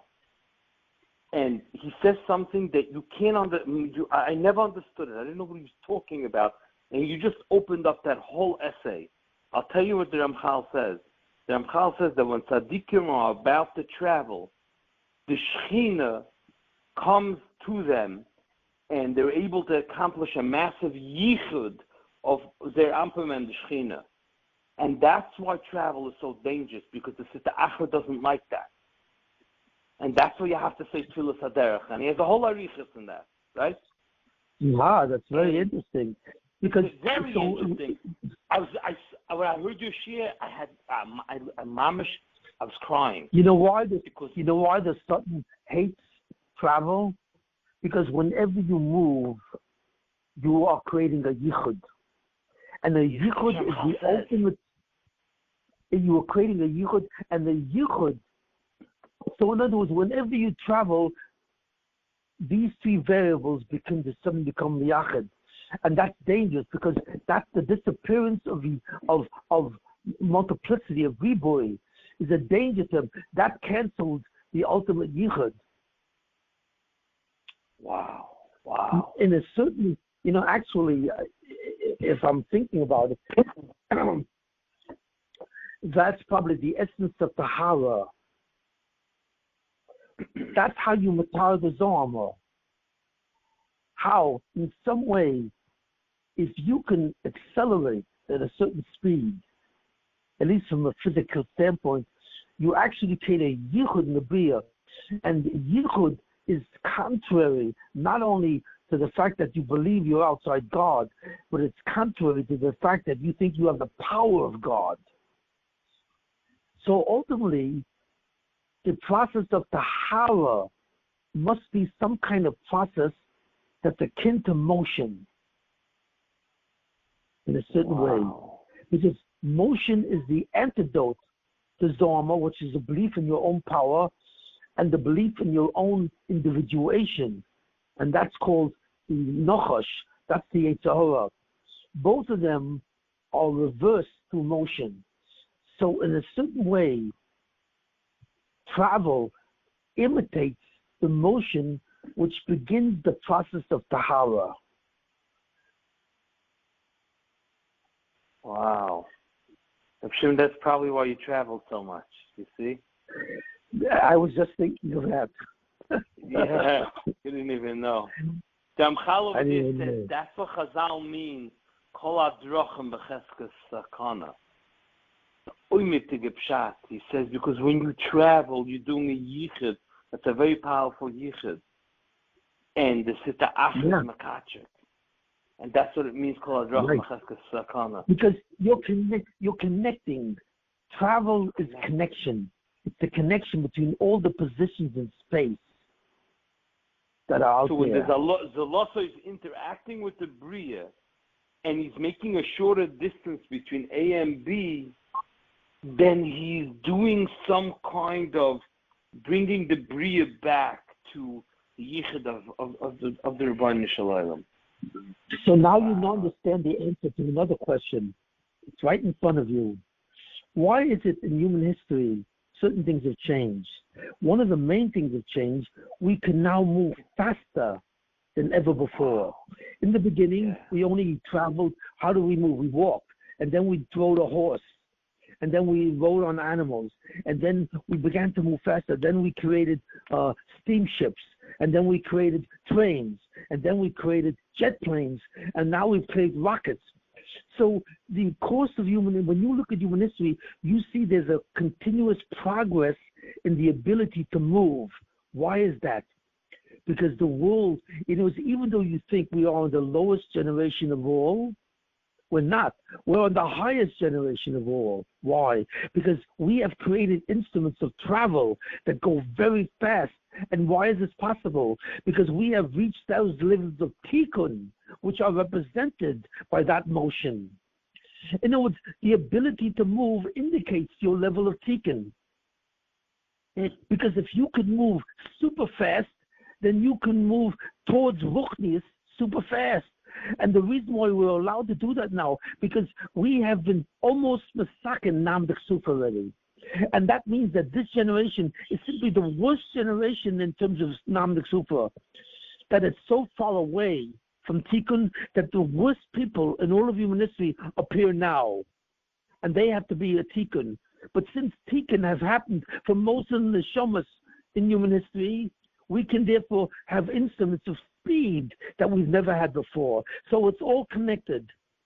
The ability to invent new items of speed, which means from walking to rocket ships, means that we have established higher levels of tikkun, even though it doesn't look like that. Wow. So that's a riot in a way. Shimon, you see today that they describe the UFOs, right? There's one thing about they're able to go to speed of a light beam almost. They go crazy. They defy. I don't know what they represent, but there must be some kind of ruchnius element because they're able to move so fast. Maybe they're shadums which are traveling on the earth. Maybe they can appear. They can't appear individually because you can't see the shades, but they can appear in a vehicle. So maybe the only way they can visit the planet is to shade them. They have to use flying saucers. But they have some connection to Ruchni. They're able to move like yes, of course. They're part Ruchnius, part Kashmirs. Wow. So they cannot be seen. But maybe in a spaceship they can be seen. You can't see them individually, but you can see when they move. Interesting. I mean, I don't know if it's true. I'm just saying this, You know something? I read in the Svarim, I think from Reb Chaim Vital, that he interacted with a D-book, right? The Shoy Mamunim brings it down, Shlomi, and he asked somebody when he was interacting with Zibuk, he asked him, "What's the size of the neshama when it leaves the body?" And he said it's only as big as a fist, a couple of inches. The whole size of the neshama. That's exactly what you're saying. Because mass is exactly that. That the more ruchnis you are, the smaller your mass, the less your extension, and the slower is time. In other words, all three of these variables exist in the world of Gashmias, which creates an illusion of separation, but it also appears in the world of Ruchnias. But in that world, since there's a much greater Achtus, these three variables are much less. Variables all exist close to the speed of light in some way. So we have a certain sense of what this world of Ruchnias is. We can now understand on a certain level what the world of Ruchnias is. And whatever it is, in some way, it duplicates the speed, which is close to the speed of light, where reality disappears. I don't know exactly how that's done and so on, but that could also be the process of Tahara. Yeah, and that's what probably Talmid of Hashem and Tzaddikim always traveled. Yeah, but they use Shemus. They may not even know what they're doing. Right. Wow. That could be more like a feeding device than a unification device. Exactly. So therefore, this shear is maybe the deepest shear I've ever given. Shimon, you always say that. One second, Shimon. It's true. I know. But you always say You're that. saying, Shimon, I just want to ask you one. You're saying essentially that motion represents ticking. That's the rule of Einstein. Yeah. Yes. That's what because motion. Yeah. Right. Why? Yeah, why? But not because motion. It's because motion causes a achtus to the bria. I understand. I'm saying we're going closer to the way the Ein Sof exists. I'm saying is that the motion is the vehicle that allows things to unite. Why exactly Shimon doesn't know, but that's what it is. That's the rule. Because in the three variables, time, mass, and extension, the only variable that you can control is time. Why? Because you can control the distance between positions in space. That's the closest you can get to affecting the variables which cause separation. And that's why when you move faster and faster and faster, in a certain way, time gets slower. So you are affecting the ability of reality to appear separate and individual. What you could control is the distance of space, separation. Yes. Because if you travel fast from one point to the next, you are somehow making that space less separate. Yeah, because the only thing which is intrinsic to you, to the Zulosoi, is the space that he's in. So therefore, God could have created Zulosos that can't move. That means that these three things do apply to them: time, mass, and space. There's a certain passage of time, there's a certain mass of a substance, and there's a certain extension of how big he is. But that could be constant. So therefore, you can't move. In other words, we would be in the universe where there is no motion, and somehow, but that would not allow action. Action requires time. So therefore, God had to give us access to one of those variables called time through movement in space.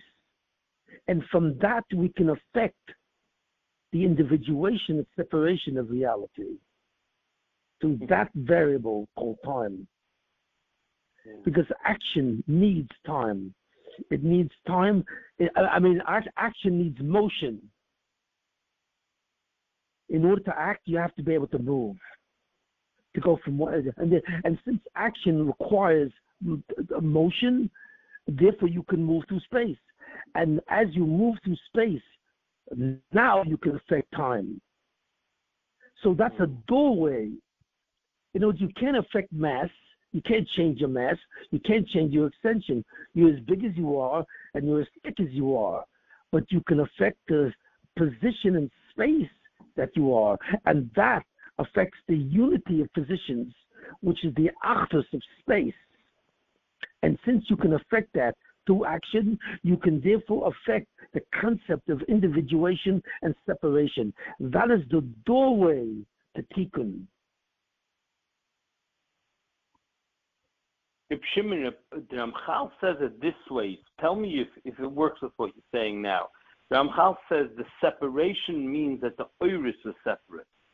And what you have to do is you have to do tikkun in each individual or.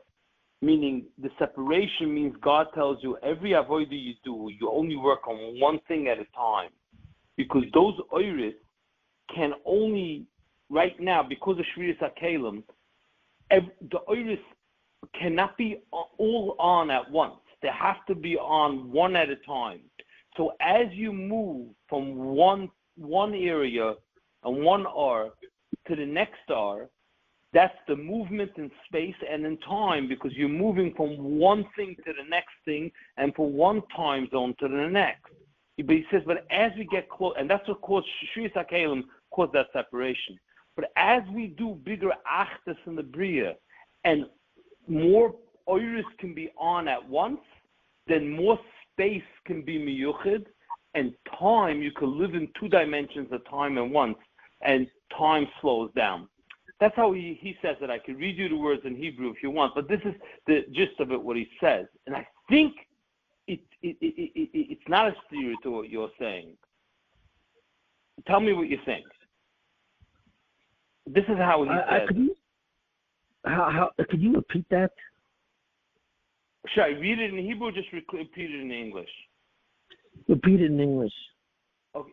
The way he says it is that by Shviras HaKelim, when everything got splintered, that means that all the oiris, the whole bria is all oiris, shefa from God, oiris from God, right? Before Shviras HaKelim, they were very unified, they were very miyuchid.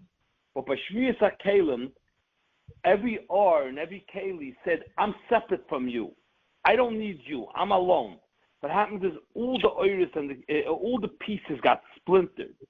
And the way to do tikkun, maybe the reason why it got splintered is that the person should be able to focus on working on one thing at a time. He can only work on one thing at a time. So he's working on one R. That's one time and one space.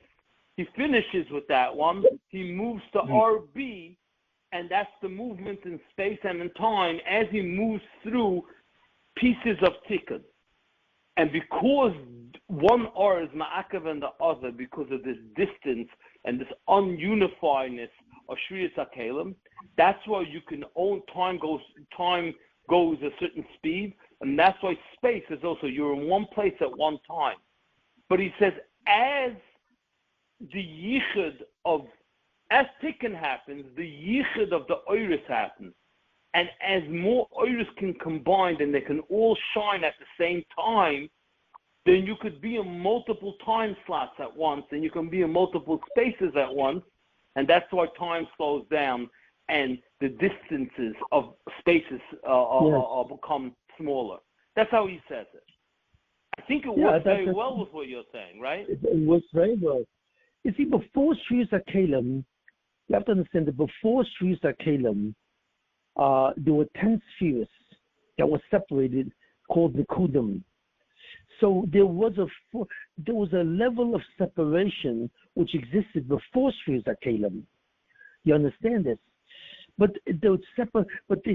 Even though there was a level of separation, there were 10 of them. These different oiris were not connected. They could not affect each other. So that indicated a certain level already of separation. But that's the first level of separation. And that's what Adam Kadmon did. What the Adam Kadmon did is separated the Hanogas into 10 different forms. But these 10 forms were all separated. That's the first level of separation of the Bria. The second level of separation was to introduce physical reality. And that was the Shviras HaKelim. That even the 10 separation. They themselves separated. 7 of them broke, which means that there was a double separation. Yeah. You understand what I mean? And now I'm gonna finally tell you, I'm gonna do you a big favor. Now you can understand what Zorma is. You know what Zorma is? You're right on top of it. It's the third level of separation, but I'm guessing. Right. But You're right. The Zorma is the production of a third level of separation. No, it's the Shvira of the Shviras HaKelim. How is that? Wow. That's where Zorma comes from. Because Shviras HaKelim is the formula which is mechazik the Tigboros Hara. It's mechazik. It produces Namlik Sufa. When the Rabbi wants to put Namlik Sufa into the Bria, what does he do? He breaks the Kalim. That's what he does. So he broke the Kalim the first time, and that produced the Yetzer Hara in the Bria. But what produces Zoyam in the Bria is now the Kalim that are broken are further broken. So there's 2 levels of breaking. You see it. Of the Shviras HaKelim. So therefore we see that there's 3 levels of breaking. In other words, we see that there are 3 acts of separation. The first act is the separation of the spheres into 10 of them. That's the first level. But that's not the level of separation that we have. In order to produce our level of separation, which creates a physical universe, there had to be a second, which is the Shviras HaKelim. The Kelim broke from the what? From the ore. That's the second level. And to produce Zoyamah, he had to produce, therefore, because the other mission, when he did the Chet, what did he do? He created a new force for Shvira. That's all he did. Because how did I define Shvira? A Shvira is suddenly, when the Kelim say, we don't belong to you, we belong to myself. That's what Shvira means. It says, I'm entitled to the Oris myself. They're not part of your Oris. They're my Oris. So that strengthens the concept of myself. So therefore, when Adam did the Chet, he strengthened the concept of myself. So what did he do? He broke the broken Kalim further. So therefore, the Kalim that were broken broke a second time, and there was even more Nitzutzis that fell out and went down. And those are the Nitzutzis that are tied to Zohar.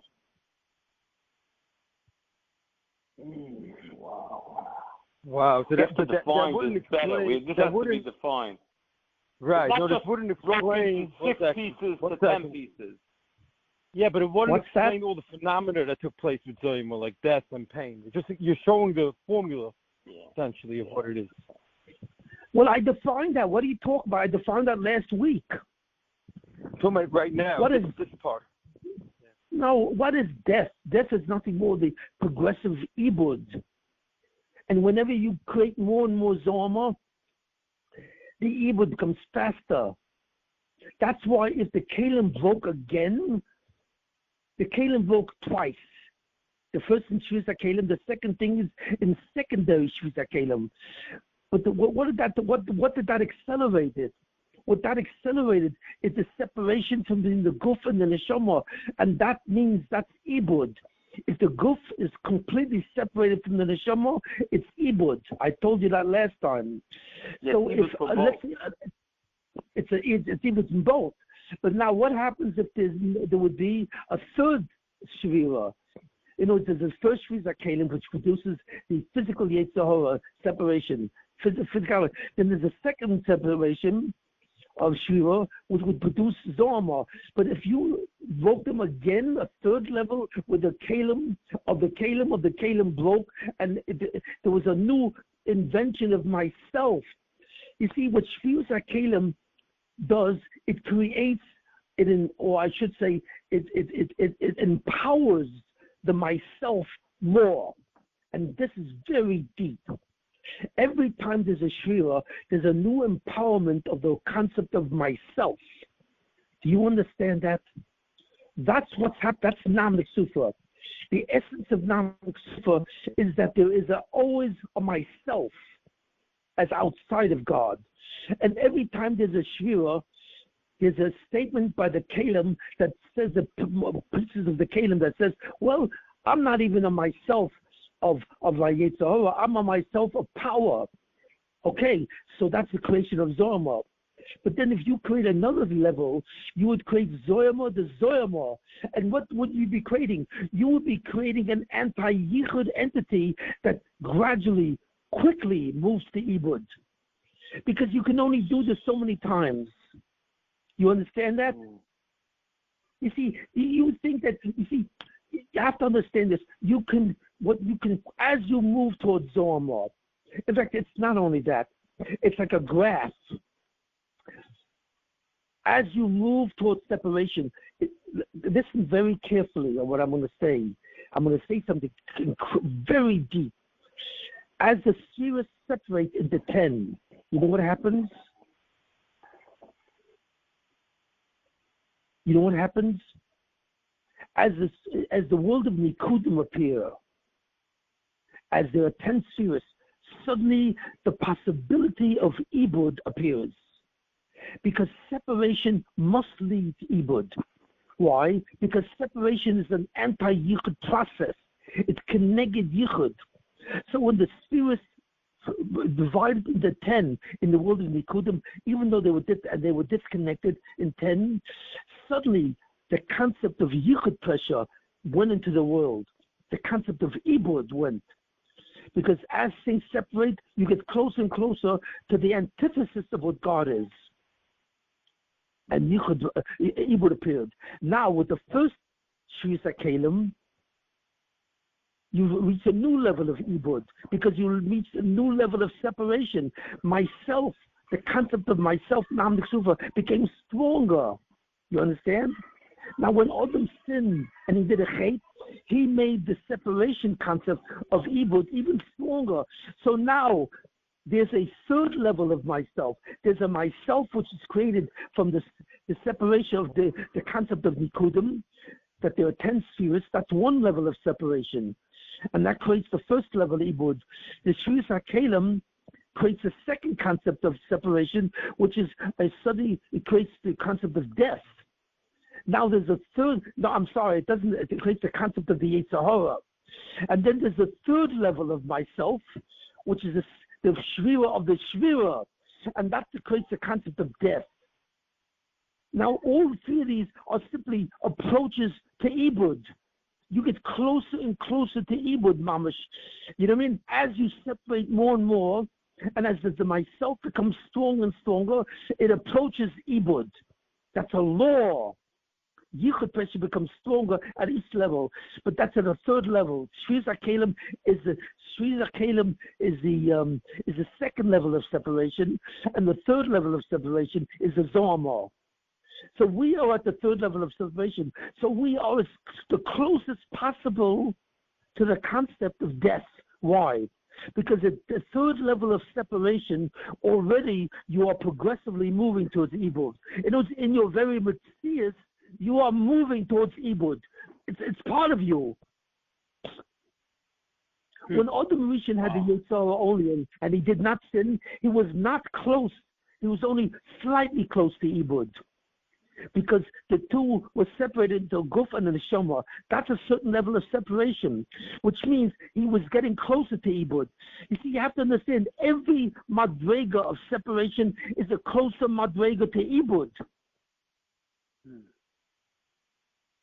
So when you're going to die, when you eat, of course, you're going to die. Right, yeah, wow. Because he said to him, you're going to reach a level where you're going to die. What do you mean?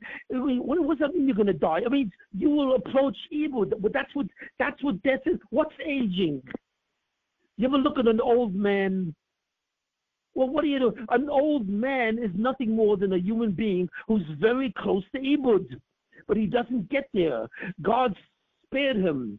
He didn't allow him to be married. So therefore he goes to the world of Uchtis in the Gehenna to take that away.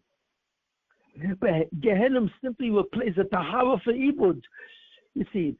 So that's why the Nikudim is one level of Ibud, Shvius HaKelim is the second level of Ibud, and the Shvira of the Shvira is the third level, which is Zoyam. Now, if you reach the fourth level, let's say there was three Shviras. You have to understand what I'm talking about. There's three Madregas of Shvira. There's first of all the first level of Shvira was actually the world of the Kudim. Then you had the level of Shvius HaKelim, that's the second level. That's the level of the Eitzara and the level of the Gulf. Then there's a third level, which is the level of Zoyama, which is the level that you believe not only in your presence, you believe in your power. But then there's a fourth level of Ibud, which is what? Which is the death of death. In other words, there's no gradual attainment of Ibud. You're not dying, you're not aging. What happens at the fourth level of separation? What is it? It's Ibud itself. That's why the Rebbeinu Shem cannot allow the fourth level of separation. You understand? I think that because calls it Nefila and Shvira. He has two steps there, and he says yet Nefila is Ibud. Nefila is Ibud, maybe. He says. But do you see what I'm saying? I'm describing to you the ultimate law of the universe. The greater the separation, the greater individuation that exists, the more of an anti-yichud entity you become. Connected to yichud, the more yichud pressure, the closer you are to Ibud. So there are three steps. What you're seeing is three steps to Ibud. The Nikudim, the fact that the spheres become separated. The next step is Shvius HaKelim, where the Kelim separates from the Oris. And the next step is that the Shviras, the Shever, right? The Shever itself breaks. Wow. You understand that? And then that results in the gradual progression towards Ibud.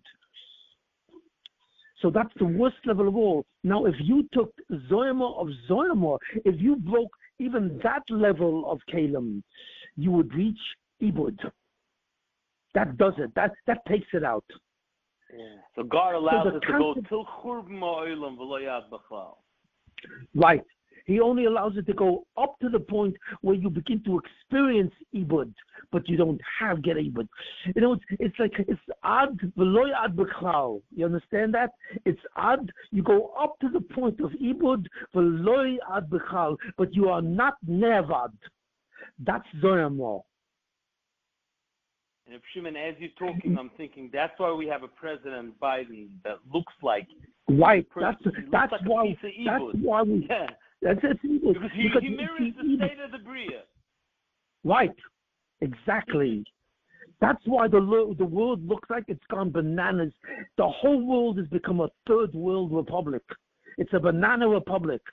And a banana republic is not a republic. It's Ibud.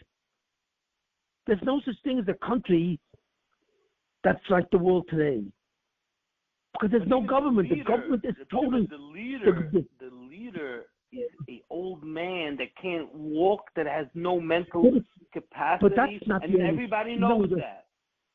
No, but that's not the problem. Listen, but he mirrors that's not the state of the Bria. If you look at him, you want to know the state of the Bria, look at the leader, and you'll see that the Bria is like this old man. No, it's not true. Because you can be an old man and still be honest. What you are looking at is not an old man running the country. You are looking... No, that doesn't mean anything. You are looking at an evil man who's the head of the Bria. Yeah, that's also true. Yeah. Shimon, there's one more thing. Shimon. Well, so therefore, you have to understand. What I'm giving you is fundamentally the ultimate paradigm. You know, of what controls the movement of creation. That's called the Stalschulus. I'm telling you the paradigm of the Stalschulus. that the ishtalshelus of all the spheres from top to bottom is the concept of ibud. How close are you to ibud? Why? Because of Nam Sufa. In other words, when God first made you, you had the din of what? Of Nam Sufa. Namus was created with your self-awareness. That is Nam Sufa. That started ibud. And God says you have to correct it. Because you are already, you've touched ibud. Nam Sufa itself, your very self-identity, your myself, is a madrega in the ibud. You have to harmonize. So then God says, what I'm going to do is I'm going to create a bigger madrega of ibud, which is what? Which is a separation of the body and the soul. That creates a new, but that's not death. But that's still able, because there is a separation between the body and the soul, which is the two levels of self-awareness. So that's the second level of ibud. And then there's a third level of ibud, which is what? Which is the concept of zohama, where in that level of ibud, you are experiencing ibud, but you can only experience it progressively. But if God wanted a fourth level of ibud, where even that level is doing a shvira, then you would approach ibud. So it would become ibud va'ad b'chlal. You understand? Ad va'ad b'chlal. You've reached the level of ad, and you're finished. Do you see what's going on? Wow. We are simply moving to a shtalshelus of ibud. That's it. Because it's a shtalshelus of separation. All that's really happening in the creation of the Bnei Shalom is he's creating different levels of separation. You know what I mean? Starting with Nekudim. Nekudim is already the first level of separation. In the level of Akudim, there's no real separation because there's an Achdus. There's a slight level of Ibud. Why? Because even though there's a level of Achdus, there's a level of 10 Kalim, 10 in 1. And the fact that there's one is already the slightest point of Ibud. But that's only extremely slight. But in Nekudim, you've already touched ibud because you've separated the spheres, the anhogas.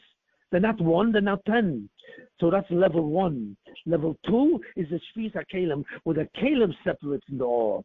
Level 3 is when the Kelim separate from the Kelim that's separated in the aura. That's level 3, Zoyama. And level 4 is what? Is suddenly when you have the Kelim breaking that separates from the Kalim, that separates from the Kalim, that separates from the Or. That is Ad ve'Ad B'chlal. And the Buddhism will not go there. And that's why you see in history that we can go faster and faster and faster. Why? Because we're reaching the level of Tikkun. If you can go 1,000 miles, if you can, they have a plane which could go Mach 10. Mach 10 can cross the United States in 1 hour. Do you know that? A jet plane going at Mach 10. In fact, there's a movie now which is, to say that illustrates a plane which is going at Mach 10. Mach 10 does 3,000 miles an hour. You can cross the entire United States in 1 hour. And that's extremely dangerous. But how come we can move so fast? Dangerous? Because the plane could just suddenly vibrate. The vibrations of the plane, the speed is so fast that the plane is vibrating. It could fall apart. Wow. They have not created a plane. They don't know how to weld two metals together that will maintain their integrity at 3,000 miles an hour. They don't have the material to withstand right. speed. Yeah, technically, if you can create the material, you can do it. But you see, that's why? Because that represents a level of tikkun of the Bria. Wow. And that's where the world has reached a very high level of tikkun, even though it doesn't look like it. Because it's reached a level where it's now approaching ibud already. Because it's not, we are aging. We are already in the process of ibud. we're in the process. Although we don't, it's ad v'lo yad b'chlal, we don't reach it. We die first. But that's because the Rebbeinu Shem saves us. You see, the Rebbeinu Shem saves us by dying. You have to understand what this is. This is Hatzalah. Because if the Rebbeinu Shem did not make us die, where the Guf and the Neshama stay together, it would disappear. It dies so that it separates and can go to Gehenna to be fixed. Because at that level, at the level of Zoyamot, that's the level of death, which means the Tahara is so great that you have to come out, separate the two without splitting the two. You understand? Because the last level is where the Neshama splits totally with the Guf, and that's Ibud. So we approach Ibud, Ad v'lo yad b'cha, but we don't reach it. So death is a Hatzalah. That the Rebbeinu Shem says, I have to clean up, I have to matar the neshama, or else you're finished. I can't allow the body and the soul to be together because they are now together in the process of Dharma, in the process of death, in the process where you age, where you're slowly dying, where you're undergoing ibud. You see, you have to understand what really is supposed to happen. If you didn't allow death, you know what would happen? What would happen is that the person would wouldn't die. The person would disappear. There would be no death because there would be no separation of the body and the guf. What's the next step? The next step is ibud, disappearance. So then what would happen is a person suddenly would be so weak that he would lie down and his body would disappear. That's what ibud looks like at Ibud of Ibud of Ibud of Ibud. But the Kalim itself don't just break, they disappear. Yes. Wow. Yeah, but that's not true by tzaddikim. Tzaddikim don't age. Look at Moshe Rabbeinu, true tzaddikim. Yeah, they. You know why they don't? Why? Because they. Why don't they? Why does the tzaddik age in the grave? Why not? Why doesn't the skin fall off, the flesh fall off? Because a tzaddik, when he dies, a tzaddik is no longer involved in the process of ibud. So therefore, the tzaddik is not involved in the process of ibud, which is the disappearance of the zulasai. So therefore, when his body is lying in the grave, it's full. So that means that tzaddik is zicher did not go to Gehenna.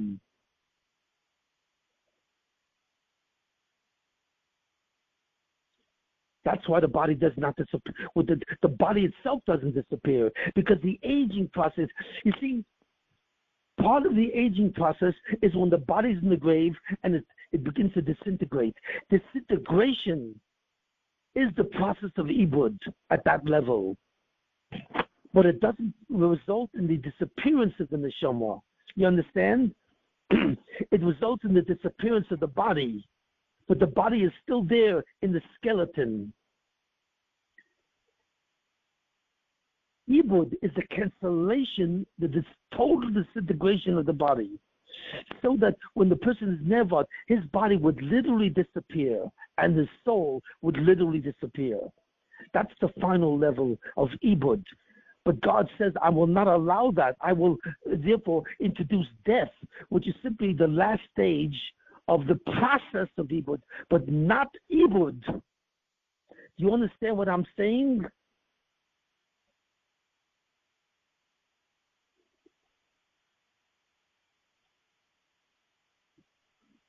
God only tolerates. Hello? Are you still there? Yeah, we're here. I'm here. Yeah, we're here. Rabbi just walked in. Rabbi just walked in for a second. So he was like, I said, I can't talk. I'm on this year. So he said, put it on speaker. I want to hear a minute. So this is a very deep concept that when you're looking at the Gestaltschluss, you're looking at progressive stages of ibud. Because once you do a sin, you no longer have a problem of namdik sufa. You have a problem that you have become part of the Messias of a chait. That means that you have become an anti-yichud entity. So therefore, you are now involved in the process of ibud. You're involved. You can't get away from it. And that is the process of dying. But the process of cancellation, where you are suddenly canceled totally, is the Zoyama of the Zoyama. That is the final step. And then the body and the soul are both canceled, and they disappear. And God will not tolerate that. So what God's saying, on the day that you eat it, you will do it, you will reach the level of ad v'lo ad b'chlau. You will be participating in the process of ibud to death, but you will not be nevad. So that's an act of mercy. So that's why Chazal say the mitzvah rachamim is awesome. Why? It's neiros, the hanora, because you actually, God is actually allowing ibud to take place. When Adam Arishan didn't die, he was body and soul together, there was no ibud. He just had the problem of Nam Sufa. But once he sinned, he became part of the process itself. So there was a Tamiyah Gedola. How could God even allow a person to be involved in the process of ibud? And he's aging, and yet he doesn't disappear. That's a miracle. Because ibud is now occurring. Ibud is now happening. And yet he doesn't disappear. Oh, that tells you that in the fourth level, he would disappear. That it would no longer be, death. You would lie down and your guf and your neshama both would completely disappear. That's the fourth step. And God does not allow it. So the gezdera of Nisa was a meshundik rachamim, that you only die, you do not disappear. You understand what I'm saying? So therefore, when you look at the whole Ishtalshalis from beginning to end, you're seeing nothing more than aggravated forms of separation. That's all it is. From one level to another, from Nikudim, to Shvius HaKelim, to Zorma. And God does not let it go to another level of Zoyama. You know what I'm saying? So the whole thing is simply, how close do you get to ibud without disappearing, without having it? So that's the Rachmanis of the Bnei Shem. The Bnei Shem is preventing you from disappearing totally. So therefore, the whole Ishtalshalis really represents the cessation of ibud. That God is finally stopping the ibud process, so it's only a concept of aging. Aging is the furthest you'll go towards ibud. Ad v'lo ad b'chal, but you will not be nevad. So Misa is the biggest chesed of all. That even though you sin and you become an anti-yichud entity, and you should be nevad by yichud pressure, you're not. And that's a Meshuladika level of Rachamim. And Chazal say that's that's awesome. That you can actually be involved, you can be touched by the process of ibud without being nevad. The concept of ad, v'loi ad b'chlal, is v'hanoira. And you have to understand that. I'm summarizing it. When you reach the madrega of ad, when you come up to the point of ibud, it's called an asymptote. God makes you an asymptote. An asymptote is a curve that never reaches the axis. It goes to infinity. It never touches the x-axis. That's a parabola. It's a concept of an asymptote where you approach infinity, but you never reach infinity. You're always approaching it. So therefore, the furthest you can get, God made every human being, or at least most of the people, every person who survives into Olam Haba becomes an asymptote. He approaches ibud, but doesn't get there. Even at infinity, he does get there. He touches it at infinity, but infinity is endless. So that's what God did. He converted the human being into a mathematical parabola, where the curves of the parabola go on he approaches the y-axis and approaches the x-axis, but never reaches them. You know what a parabola is? I hope you know. That's Rachamim, and that's awesome. So this stuff that I'm saying, but this all fits into Einstein's theory of relativity, and it all fits into the concept what the Bria is about. The Bria is the concept in Achdus. That's what God wants, and to give the Nesoyim. For Achdus, God wants division, multiplicity. He creates a world's physicality, the physical world, which pictures the concept of what Achdus. It pictures the concept of multiplicity, so that you have Bechira Chavshis, you have free to choose between having a world in Achdus where you believe that the Bnei Hashem is you, that he's your foundation, or he's the enemy, or you believe that he's outside. That's the Eitzor and the Eitzer Toiv.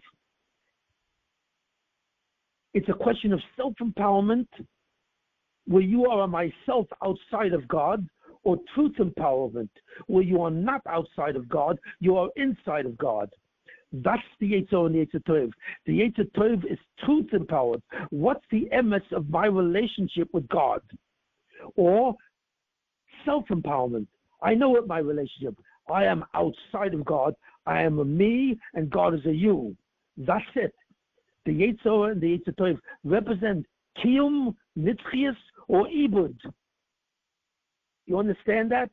And all the levels of Bria, Yitzira and Asiya, is designed to create multiplicity so that God can put you in a massive of Nesoyan. God can test you out. So what God does is he creates an environment of multiplicity where you can think you're outside of God, and he expects you to love him, to reverse that and harmonize with him so that his yichud pressure doesn't get you. So all of creation is nothing more than approaching Ibud.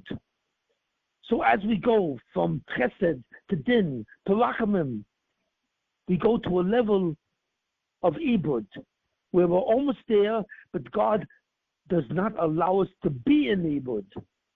So therefore we die and separate. We don't separate. The Guf and the Neshama never goes in. But that's why even Gehenna was a form of Zohar. But I hope you understand me. I'm being very clear. You're saying very deep stuff, but I'm realizing from the way you're talking, the system you're going right now, what you just said, you just answered a very big question. Because if the point is to get to love God and be miyached with God and lose that separation and just love him, then why doesn't God shower every individual with tremendous hatava? Only hatava. And then the guy will go crazy over God because he gives me so much good. Then I can't stop loving. I want to answer. I just want to say, Shimon, give me a second. So I'm going to say, according to what you just said, that's not what God wants fully. God wants you to go to the area of separation and be miyached that. If you're only miyached when you love him, that's not the full yichud. But when you don't love him, like it says in this week's Pasha, Tomim Tiyem Hashem Elokecha, the Rashi says, even when he sends you stuff that are not good, you should know that he's still doing it for a good reason. That is the bigger. That's when, if you still love him, when it doesn't look like he loves you, that's the real yichud. No, that's not what you see. What you're not saying is true. You've missed the point that I said last time. What's the most important point of everything? Literally, the foundation of everything. What is it? I want to see if you know it. I want you to go to the bottom of Kabbalah, the bottom of the Ishtalshalos, the ultimate nimshal. What did God give to the Zulosoi? That's really impossible. What? A self, not a self. Yes. Yeah. What God gave to the Zulosoi is the concept of myself. That he has a sense of himself outside of God. God will not take that away because the Zulosoi will disappear if he takes that away. He will not take that away. That's why the person is still in the spheres in Olam Haba. Why is it tzaddikim yoshim v'yet to stay in b'roshayim? That means that the sphere of Kessin is still there. It's anhogel. Kessin is Hanhoga. Why is there an Hanhoga in Olam Haba? Why? Because even in Olam Haba, there's still a sense of myself. It's an illusion, but there is a sense. Because if God takes away that sense of myself, that means that God alone is there. Nothing else exists. It's like before the Zulosai. When God created the Zulosai, He created the illusion of myself. And He says to the Zulosai, you will always have an illusion of myself. You cannot masaken nam the Kesufa, but you can masaken the Kesufa, the disempowerment that the myself gives you.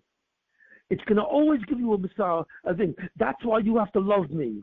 The love that you will have for me will eliminate the Kesufa. And therefore you will no longer be in pain. But in order to do that, I can't remove the Kesufa. I can remove the Kesufa, but I can't remove the Nama. I cannot remove the Nama because the Nama is you. The Nama is you. You are the piece of bread which I see, which appears to be outside of me. But that piece of bread is myself. Why is it represented in bread? Why is it represented in lechem? That's irrelevant. That's why it says bread is the bread of life. It's the shorish hachayim, the bread. Why? Because the bread nama. 3 times avaya. Gimel avaya is lechem. Look, do me a favor. Cut the Kabbalah. You know, when you do that, I'm sorry, you're going to have, that's a Yetzer Hara. It's a Yetzer Hara. While I'm explaining the Nimshal, you're going to the Mashal. It's a good question. Why Nahama? Why Lechem? It is the question. But that's irrelevant. Look, I'm sorry. It's irrelevant. You're going to a Mashal while I'm talking about a Nimshal. I want you to stay within Nimshal. I'm with you. Okay, so therefore we see this is the most important thing of all. You cannot fix Nam the Kesufa. You can fix the Kesufa, but not the Nama. And the Nama, it gives the illusion of separation from God. And if God would remove that, He would remove the Zulosoi. And that's the end of everything. All that's left is God. That's it. God does not want to do that. Then suddenly His Torah would disappear. So God wants you to remove the Kesufa, and He says to you, I will live with that. I can, as long as you love me, and we're harmonized, you can exist. You can exist. But if you remove the harmony and you allow the Kesufa, the Nam Kesufa to exist, you allow the Kesufa to exist, I cannot allow you to survive. You have to disappear. And that's Ibud. So the story of all of Kabbalah, the entire Shtalshalis, from beginning of the creation of the Ein Sof to the end, to the creation of the Rosh Hashanah, is going different levels of Ibud. How strong is Nam Sufa? If you love God, you can survive Ma'ichut Pressure.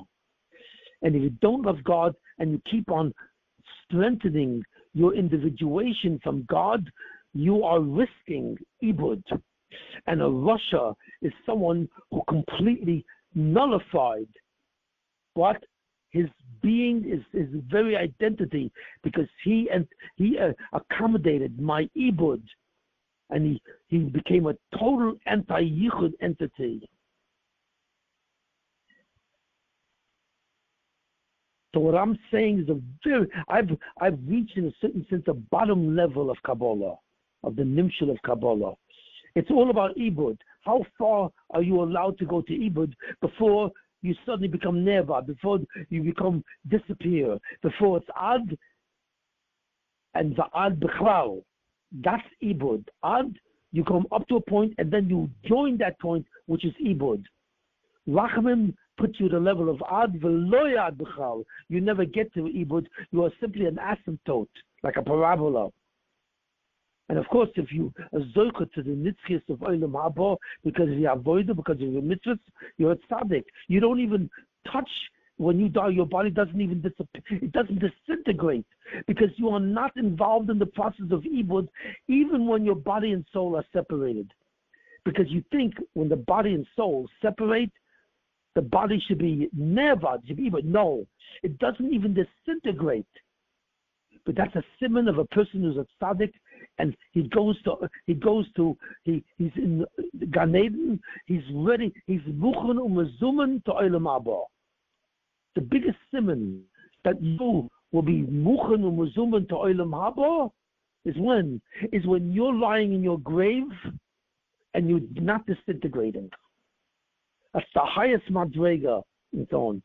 Actually, even a higher madrega, which is a person doesn't die, he cancels death. But we're not going to talk about that. You see? Wow. So we're looking at the entire display. It's like a display. It's a display of ibud. You understand? There's an ad v'loyach b'chal. There's not even an ad when the person is v'loy ad. He's not involved at all in ibud. That's the Adam Rishon. If he had done the mitzvah, he would not even have experienced death, which is a process of ibud. That's v'loy ad. He never even approaches ad. That's the matzav of bin. And then the matzav of rachamim is ad. He approaches, he goes up to the point of ibud, but v'loy ad b'chal. He's not nevad. That's zoyamot, that's death. And then there's finally ibud ad b'chlal. He's cancelled.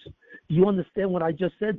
Those three are three madregas. The madrega of din, hagadol, hagibor, the matzav of what? That's the matzav of Kessin, din, and the matzav of rachamim, and the matzav of ibud. That's how it goes. Chesed, din, rachamim, ibud. And from rachamim on, you touch ibud. Although you never arrived there, but you touch it. But in the madrega of ibud, ad ve'ad b'chlal, you're finished. And that's a Rosh Hashanah. So I've given you a fundamental, the whole nimshul of what's going on in the Kabbalah. These are simply madregas, these are dalgus in separation. And what the Rebbe wants is harmonization, achdus. But you cannot develop an achdus which is beyond your self-awareness. That will always be a certain separation which will always exist, because that is the Zulasoi. You cannot go beyond that. Wow. And that's it. Thank you. If you understand everything that I've said in the shir, you understand the depth of the whole thing. Basically, without the klolim, I've defined the klolim of the nimshul of Kabbalah. Very stark. Yeah, very deep. Wow. Wow. Very Shimon, you sound like the Ramchal and Adib Amoron when you say, listen to me very closely because I'm going to say something very deep. Right? Yes. Ramchal said so many times. He says, I need you hoven ze ma'oid because I need megala l'cho dove omuk ad ma'oid. You know, something like that, Slim, you know? Ramchal says it all the time. But the Ramchal, look, I don't know what the Ramchal knew. I can't know. But I know one thing. The Ramchal did not tell you the nimshul, the ultimate nimshul. He didn't. Yeah. He told you something the piece which on Tfilas HaDerech that I just read you, that when a tzaddik goes on drachim, he does a certain actus, and that's why he's in a sakana. Yeah. You just opened that piece. He has to mean what you're saying. And the piece on Zman, that he says that Zman comes from the Shvira, is also, according to what you just said, right? So there's a lot of pieces of the puzzle that come together. Yeah, the fact that just want to thank you. The fact that when you travel, you are in danger in Ketugim because you are upsetting the Sultan and his koyach of separation. Yeah, that's a raya. That is an excellent raya. That kafitz dader endangers you even more than travel. But travel endangers you. The least danger is when you're sitting still and doing nothing. That's the perfect position of a Sultan. Yeah, stay in one place and don't move. Shimon, I just want to say thank you. I'm falling off. I just wanted to say, someone just came to my house to visit me. Thank you very much. It was great. Great wow. share. Okay, Thank you. Yeah, Shimon, also this formula works. Put a twist. Formula Put the he twist. hung up. He just hung up. Tell me what you want me. I'll tell him. He should put it on YouTube, and he should call it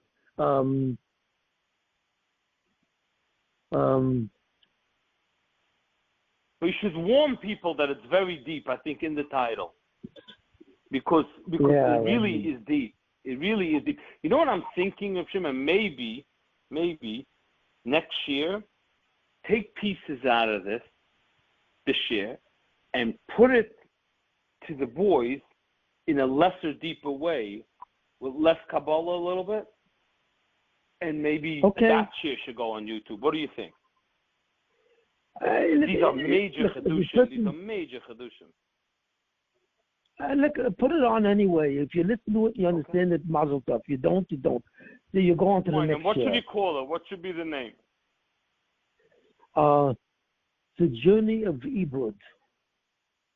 The what? The Journey of Ibud. Okay.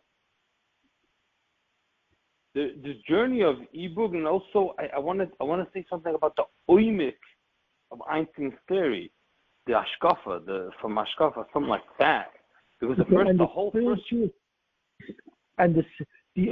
of Ibud and the spiritual meaning of Einstein's theory of relativity. Theory of relativity. Okay.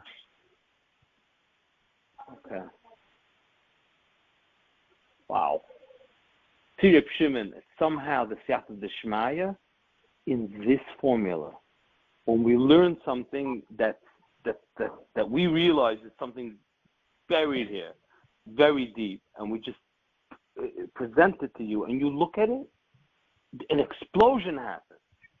Now, a lot of these things you had earlier, a lot of things came together during the year, but this formula works. So much Chedushim. Yeah, you realize we have like a the basic structure. The basic structure I already have, but what happens is suddenly I begin to realize other things that fit in perfectly like a picture. Exactly. Yeah. That's why it's so important to key you in on Mashal, because if you knew the Mashal, your Chedushim would explode, because you're doing all this with a limited amount of Mashal, but this piece of this Mashal that Ramchal adds here caused you to take what you already know and make a major expansion and clarity and tie in so much more. It's important. It adds to the whole structure of Shimon. It does. There's what happens when I'm giving a share, most of these pieces exist separately. I mean, most of the pieces that I've said today exist already, but they're separated. But what happens is suddenly I begin to connect them as I'm giving the share. That's what happens. You know, the concept of Ibud I already had. I already told you that last week. The concept of Einstein's theory, I've already had this many years ago. You know what I mean? Yeah. The concept of Zoyamor, I've already had that. I know how Zoyam is created. So I have these as separate pieces, but somehow I didn't never really put them totally together. But then when I give the share, suddenly they all merge, and suddenly you have a whole picture. Yeah. That's what happens. Yeah. Now, Shimon, forgive me, but I really feel that this piece you'll enjoy. The concept of lechem, I'm realizing Shlomi texted me and he's right. The lechem represents the combination of the kalim and the or, because lechem is begematria 3 times Shem Havaya, and lechem, when you dip it with melech, it says it has the 5 letters of mansapach, which is kalim. And that's why lechem you have in 2 forms. You have it in chametz and a masa. When it's in chametz, it's the kalim so separate that it's in the zoyim state. And that's why Chazal use the language nahama de chasufa. Because lechem is this a concept somehow in Kabbalah. I don't know why, but it's a concept of the merge of the havayis and the kalim together. The 5 mansapach plus the havayis. I see. I Okay. never knew this. This is huge. Okay, Shimon, thank you. This is amazing. Well, I really think that you have so much data now for next year. I don't know what you were planning on doing next year, but I didn't plan on anything. Okay. I figured I'd wait and see what the Williams. Yeah, but see what this year is a springboard to combine your Torah and enhance the Chiddush level to another realm. And then when you do it with us, right? Your next year can come off this one, and you're gonna blow the boys away. They never heard this stuff. Shimon, this stuff is Oymen and Beruma Shel Olam. This is the secret to the Bria. Yes, that's what it is. Stalshalis is what this is. Yeah. Wow. All right. Okay, good.